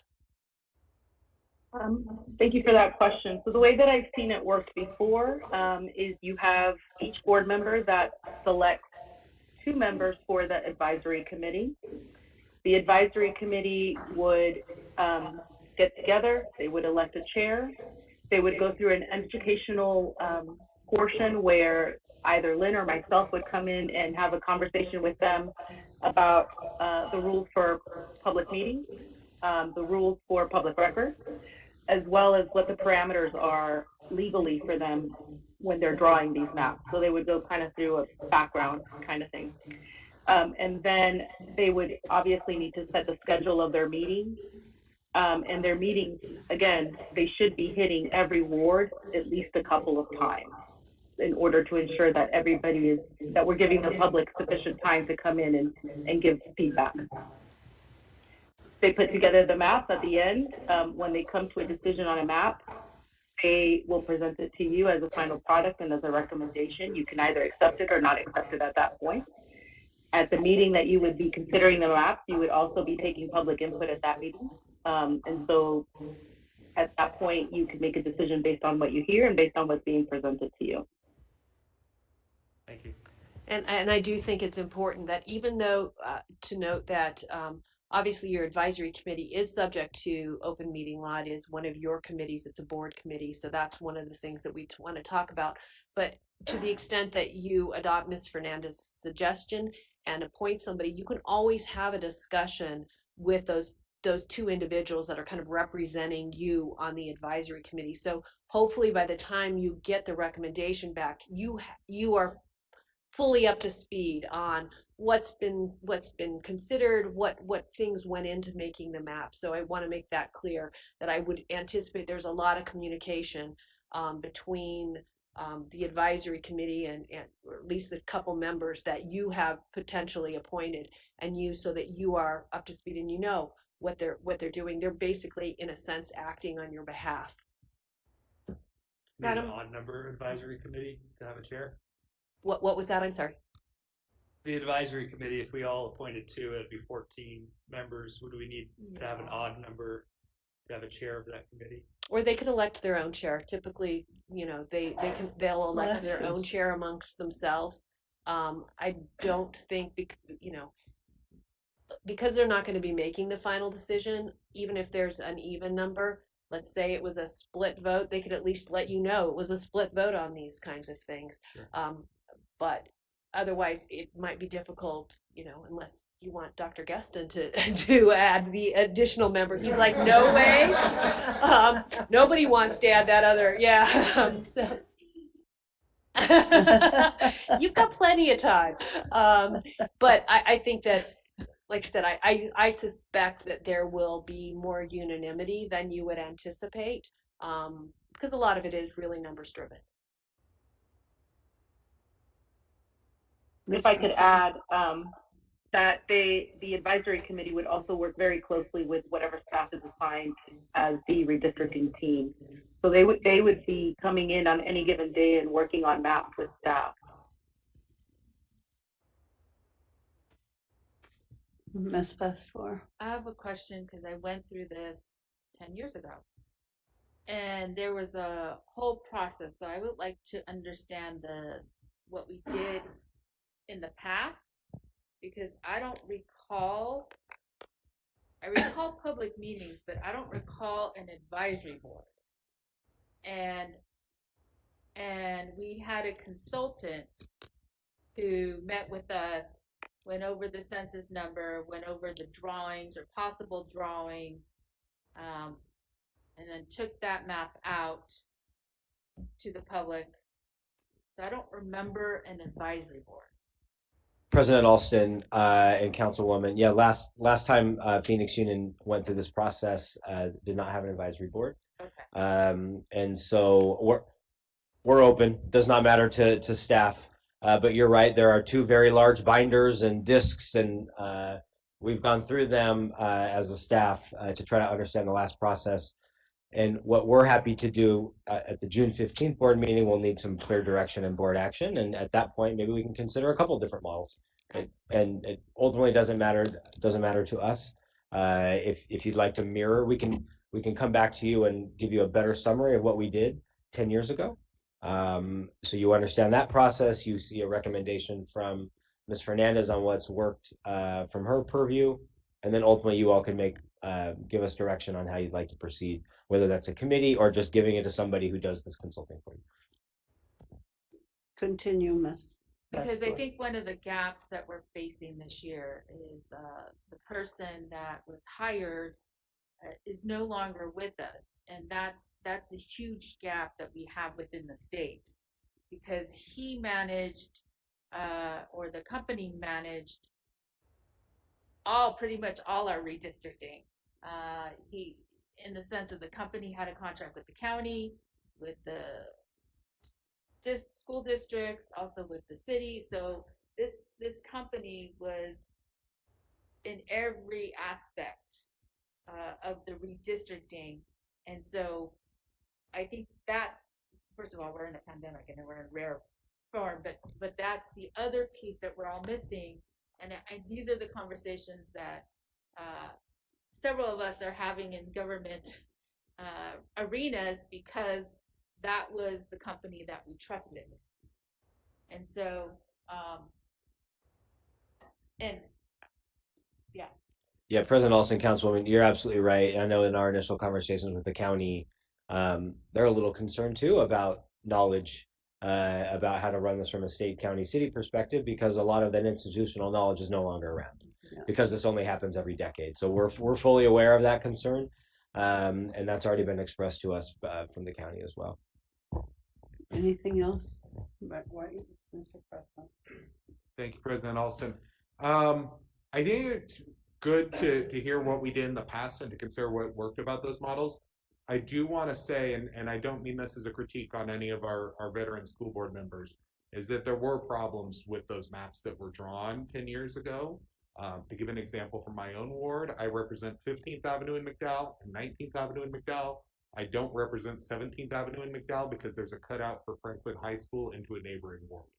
So I do think that we would want to avoid systems which politicize the line drawing and instead make sure that we have that advisory committee so that we can increase public trust, but we can also make lines that actually make sense. So it sounds like Stanford wants Franklin back. No, I'm kidding. President Alston, I do think we should review that process that we had before and learn from it. Whether we adopt that process or not, let's learn from it and bring to you an opportunity to look at a couple different. If anyone that lost in the redistricting, it was me.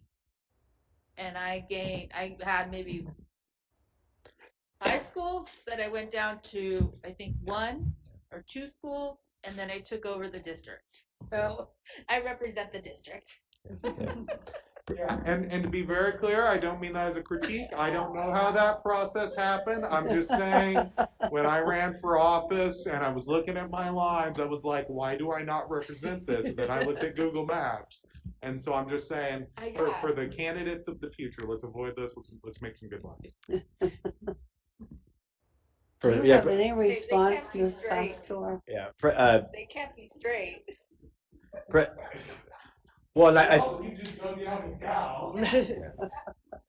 President Alston, we're happy. Again, we'll we have a week and a half till this next board meeting, so our staff has a lot of work to kind of prepare for the right discussions for you all to have.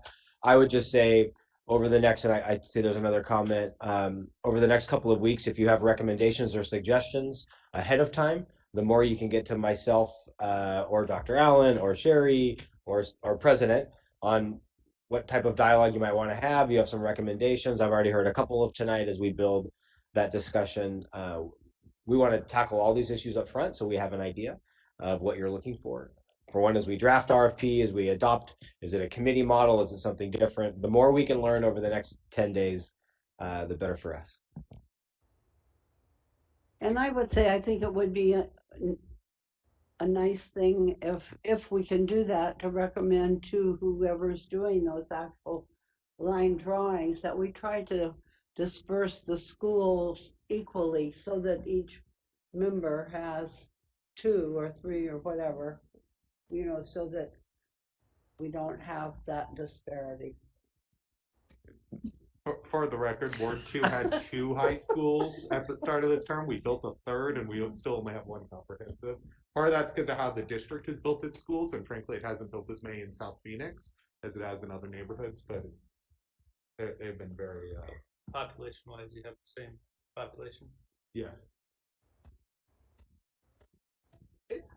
Okay. President, I just have one more question. If we're going to come back in June and vote on potential RFPs, is there, sounds like there's a couple ways the RFP could be written. One is sort of the 2010 process where you went with just a vendor, and it sounds like potentially the proposal from our legal counsel tonight is having an advisory committee that would work with that RFP vendor. So would we have 2 proposed RFPs potentially in June and we decide then, or is there a third option? Yeah, President Alston and Board Member Marquez, let us revisit that. We could do 2 different RFPs. We could do 3. I know our team's currently right in terms of, is it demographer? Is it Yeah. So we'll get as many answers of those. We won't put anything on the market until we make sure you all have input on that process. But again, as you heard from Councilwoman, there's not a lot of institutional knowledge out there about how to do these. There are demographers. It's a lot of work to do over the next 10 days. Yeah, and if you think about it, it's not just obviously population that you're looking at other demographics because of the DSEC order. So that complicates the potential map drawing too, right? Can you speak to the requirements under the DSEG order for those other demographics? I cannot. At least not right now. I'm not prepared to. I'm so sorry, but No Ms. worries. Fernandez may be able to. It doesn't have anything as far as specific numbers of population, and I can get you a better answer to that specific question. Okay. Anyone else? I just want to remind all of the board members that traditionally the June budget meeting is the shortest meeting of the year. I want to keep that in mind that we may be changing the history of our meetings if we bring up the redistricting and DSEG in the second June meeting. Dr. Gustin. No, I was going to make a joke. Just don't come hungry to that meeting. Make sure you've eaten before. It might go much longer than normal. Okay, last call. The next item is 8A, approval of the Phoenix Union High School District Handbook for students and families for the 2021-2022 school year. Is there a motion to approve the Phoenix Union High School District Handbook for students and families for the 2021 and 2022 school year? And is there a second? I'll motion. Second? A motion to renew has been made by Board Member Para and seconded by Board Member Prescott. Is there any discussion? Okay, Miss. So I intentionally didn't talk during the last two sessions because I have a lot to say right now. So before we approve this, you all, there are several changes that I feel like we need to make. I will start with the most pressing one, which is on page 61. And on page 61, it talks about verbal provocation, and one of the consequences of it is off-campus suspension for 2 days.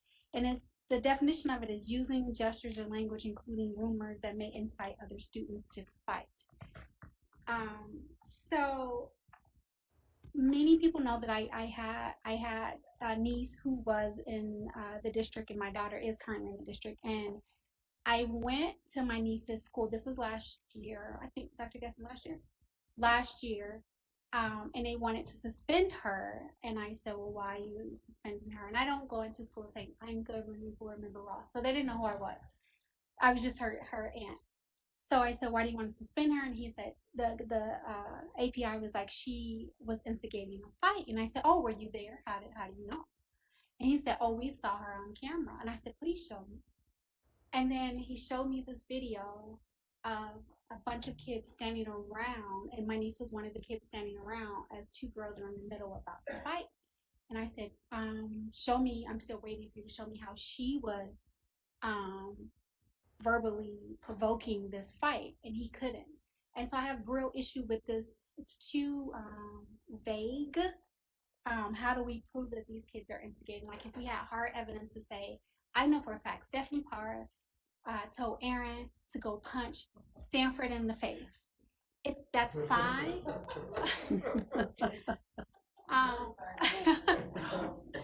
But the way it's worded now, it's way too vague, and I've seen it firsthand that this is way too vague, and I feel very uncomfortable with this in here. I want the other ones, I just have problem with the wording, but this one I want it completely removed because the consequence of someone thinking that Stanford then told Aaron to punch Stephanie back in the face. Like that's too, it's like, you heard what, you saw what, you're not sure. It's just, it's not okay. Especially for these young adults who they do a lot of talking and it bothers me. And I really want this one removed before we approve it. And it's a bunch of other ones that I would be here for a little bit if I went through them all. I would like to, if I could, give you all my, what are these called, edits, before you pass this, because I have 1, 2, 3, 4, 5, 6 things that are not okay and that are problematic. Okay, And that I was just think the I main- that need was the some biggest- direction on this I know I because, want us here all night. Okay, go ahead. okay, we've got a discussion. I just need some advice on procedurally, how we do this, Lynn. I think we, obviously we cannot make we can't have this motion. And also honor her request because a motion's been made by Ms. Para, seconded by Mr. Prescott, and now we're in the discussion. So if we, as a board, choose to accept these edits, and expulsions, what is the procedure for doing that with a motion on the floor? So right now you can either take a vote and figure out if you want to, if the majority of the board wants to move forward despite the comments, or you could all vote no on the motion, or you could withdraw the motion with the approval of the person who seconded it. So would you like to withdraw your motion? Yes, Madam Chair, I was gonna move to withdraw my motion. Okay. And who seconded it? I seconded it and we'll go ahead and withdraw. Okay, so there is no longer a motion. So now, if you'd like to move forward, you could make a motion to direct staff to work with your board member on to listen to her comments, incorporate them in the handbook, and then bring it back either at the June 15th board meeting, because it needs to be distributed to, I know that's quick, sorry. But I think in terms of the timing and getting it out to parents, but, and then you could bring it back. But I would probably, I don't think you just want to table this item. I think you do want to direct your staff to consider the revisions. Oh, and to bring it back at the June. And to bring it back at the June 15th meeting? The very short June 15th meeting. Yes, that is when. President Alston, okay. Yes, sir.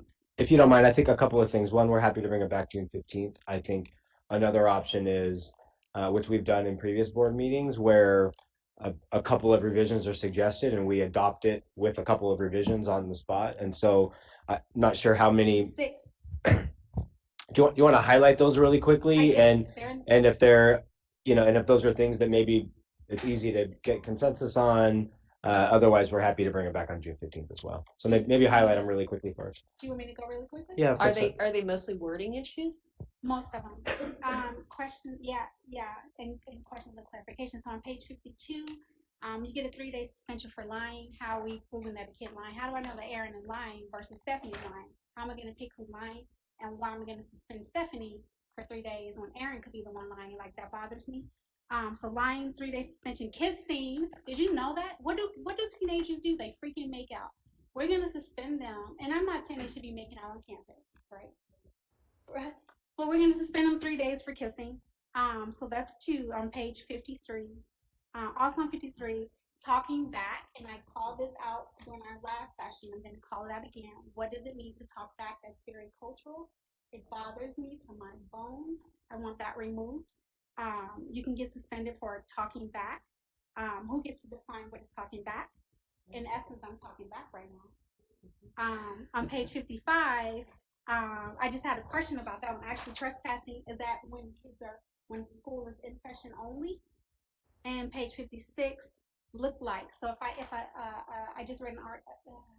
If a kid has something that it's called look-alike on our page 56, and if a kid has something that looks like it's a drug, then we notify law enforcement. That kid now gets arrested and gets processed, and then it's not even a drug, and now this kid has a case and all of that horrible stuff that goes along with it. So I just want us to make sure that we are sure this child has an illegal substance that we are mandated to report before we call law enforcement.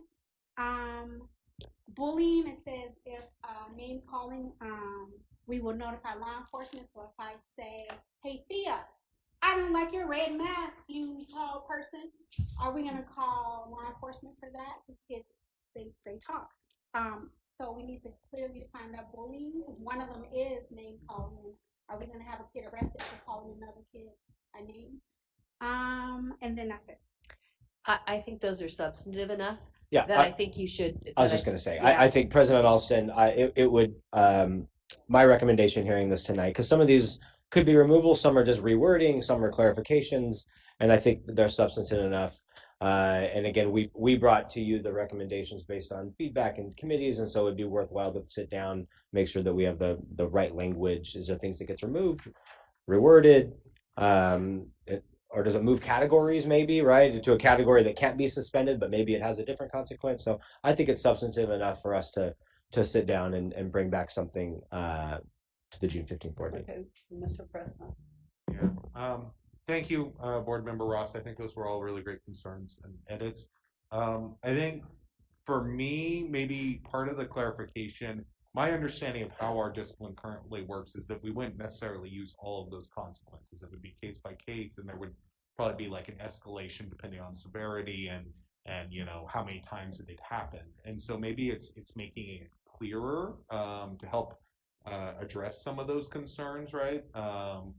When this would come into play, because I don't think Thea's red mask would be notification of law enforcement, but under the same thing we have extortion. Right, and so if somebody's engaging in criminal extortion on campus, then that would probably be a notification of law enforcement. So that I think those are all really great edits, and I would say I think the key here is on the clarification on how we reach those consequences. I have a couple edits of my own I can throw out as well if we don't mind, which is that.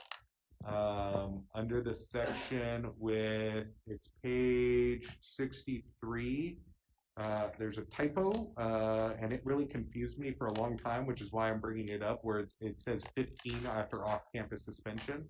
I assume that's meant to be a reference point to like point down to the footnotes, but it's not I'm forgetting the word, but it's not properly formatted, and so I think it can cause some confusion. The other thing I would say is later on there's a list of resources. For the immigration resources, it tells you how to click on our website, and you click this and you click that and you click that and you'll get to them. I think what would be the easiest for parents to navigate to and students would be just the creation of a vanity URL. So it's pxu.org/immigration resources or whatever. And we just list that link. And if we have the technical capabilities to do so, I think that's what we should put in there. Great suggestions. Let's have the staff look at it. Will you make sure they get your edits and yours and work with the staff, and then we'll bring it back to the short June 15th meeting. And I would actually prefer that you make a motion to direct staff to work with Ms. Ross and anybody else that has, because it was on the agenda for approval. So I think that will confirm your direction to further edit this. So if someone would make a motion, that would make me happy. Okay, so Ms. Parra, since you made the Madam original Chair, motion, yeah, can I'm you happy. I am happy to restate your motion? Yes. And maybe take your mask off so we can hear better. Yes, Madam Chair, thank you. I would like to make a motion to direct staff to work with Member Ross and Clerk Prescott on edits to the handbook and bring it back at our next meeting. Is there a second? Oh, I second. Okay, I didn't hear you. No, sorry. Okay. That was me. That was me. All right, so there's been a motion made by Ms. Farah, seconded by Ms. Ross, that you have something to say? I want clarity. Because Okay, the wait, direct- hold on. Is there any discussion? Oh, sorry. It has to do with the motion because it's so direct. Should it say work with, I want to say council, but Board Member Ross and Board Member Prescott and any other board members that have additional edits, because it's Yes. limited. Yes, and so will you amend your motion? Madam Chair, I would like to amend my motion to make sure that we direct staff to work with board members who have edits to the handbook. And do you second that amendment? I second. Perfect. Okay. On the motion, those in favor, please indicate by saying aye. Aye. Aye. Those opposed, please indicate by saying nay. Any abstentions? The motion carries. So we'll see this back in June 15th. The next item is 9H, approval of new job descriptions, private school partner program administrator and teacher on assignment art manager. Is there a motion to approve the new job descriptions for the private school partner program administrator and teacher on assignment art manager? And is there a second? So moved. Second. So moved by Ms. Pastor.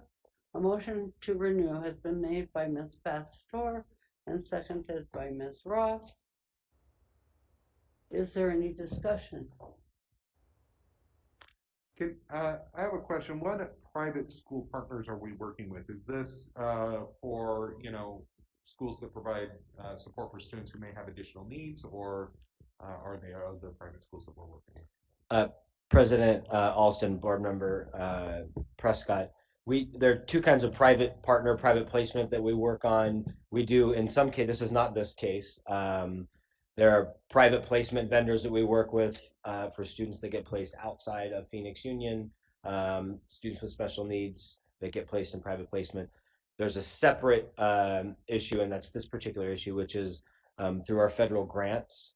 If you're a local private school, you actually get access to our allocation. And so we currently work with 14 different private schools to give them legally, we have to give them a small portion of our title funds for students that they have that are that qualify for title funds. And so this person would actually be the liaison between private schools and our staff. It's a very complicated, cumbersome process, as you can imagine, especially with these ESSER grants coming in and ESSER funds.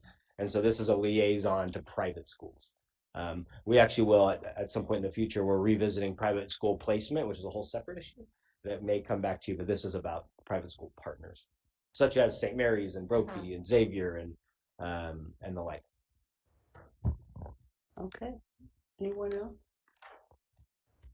On the motion, those in favor, please indicate by saying aye. Aye. Aye. Those opposed, please indicate by saying nay. Any abstentions? The motion carries. President Alston, Yes, Ms. Parra. I would like to make a motion to combine and approve items 9I, 9J, 9K, 9L, 9M, and 9N. These are all related to our performance-based pay for employee groups. Second. Okay. A motion has been made by Board Member Parra to approve items 9I, 9J, 9K, 9L, 9M, and 9N, classified, certified, and administrative performance-based pay and negotiated language, and certified salary compression. Is there a second? Second. Is there any discussion on the motion? Oh, wait a minute, hold on. A motion has been made by Ms. Parra, seconded by Ms. Pastor. Is there any discussion on the motion? Okay. On the motion, those in favor, please indicate by saying aye. Aye. Aye. Those opposed, please indicate by saying nay. Any abstentions? The motion carries. The next item is 10A, approval of proposed 2021-2022 expenditure budget. Is there a motion to approve the proposed 2021-2022 expenditure budgets, and is there a second? Second.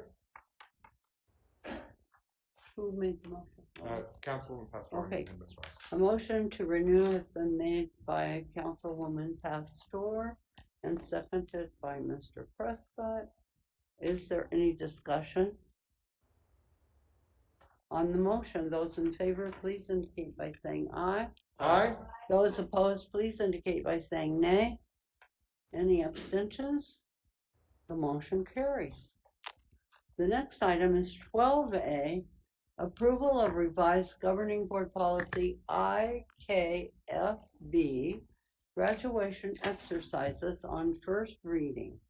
Is there a motion to approve the revised governing board policy IKFB, graduation exercises on first reading, and is there a second? So moved. Second? A motion has been made by Councilwoman Pastor and seconded by Mr. Prescott. Is there any discussion? Dr. Keston? No, I have a comment before the On next the item. motion, those in favor, please indicate by saying aye.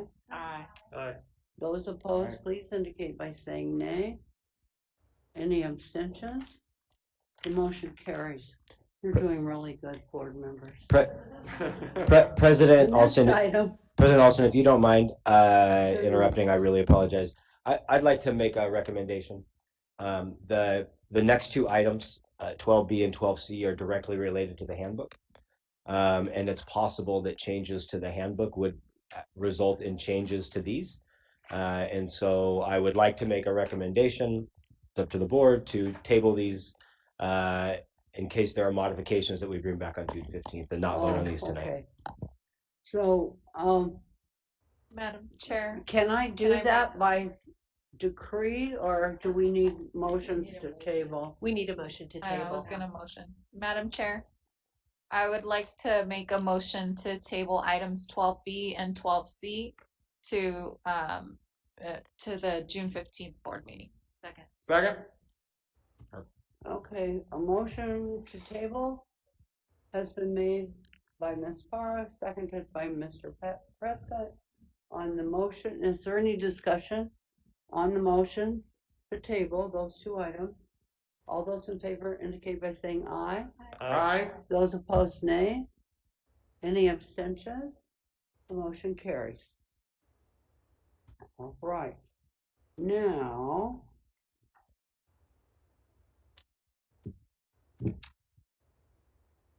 the next item is for information only, no action required. That's the one we just tabled. Okay. Item 13A, oh, you're gonna love this one. Next meeting, the special meetings and a public hearing on the budget will be held on Tuesday, June 15th at 6 o'clock. The meetings will be live streamed.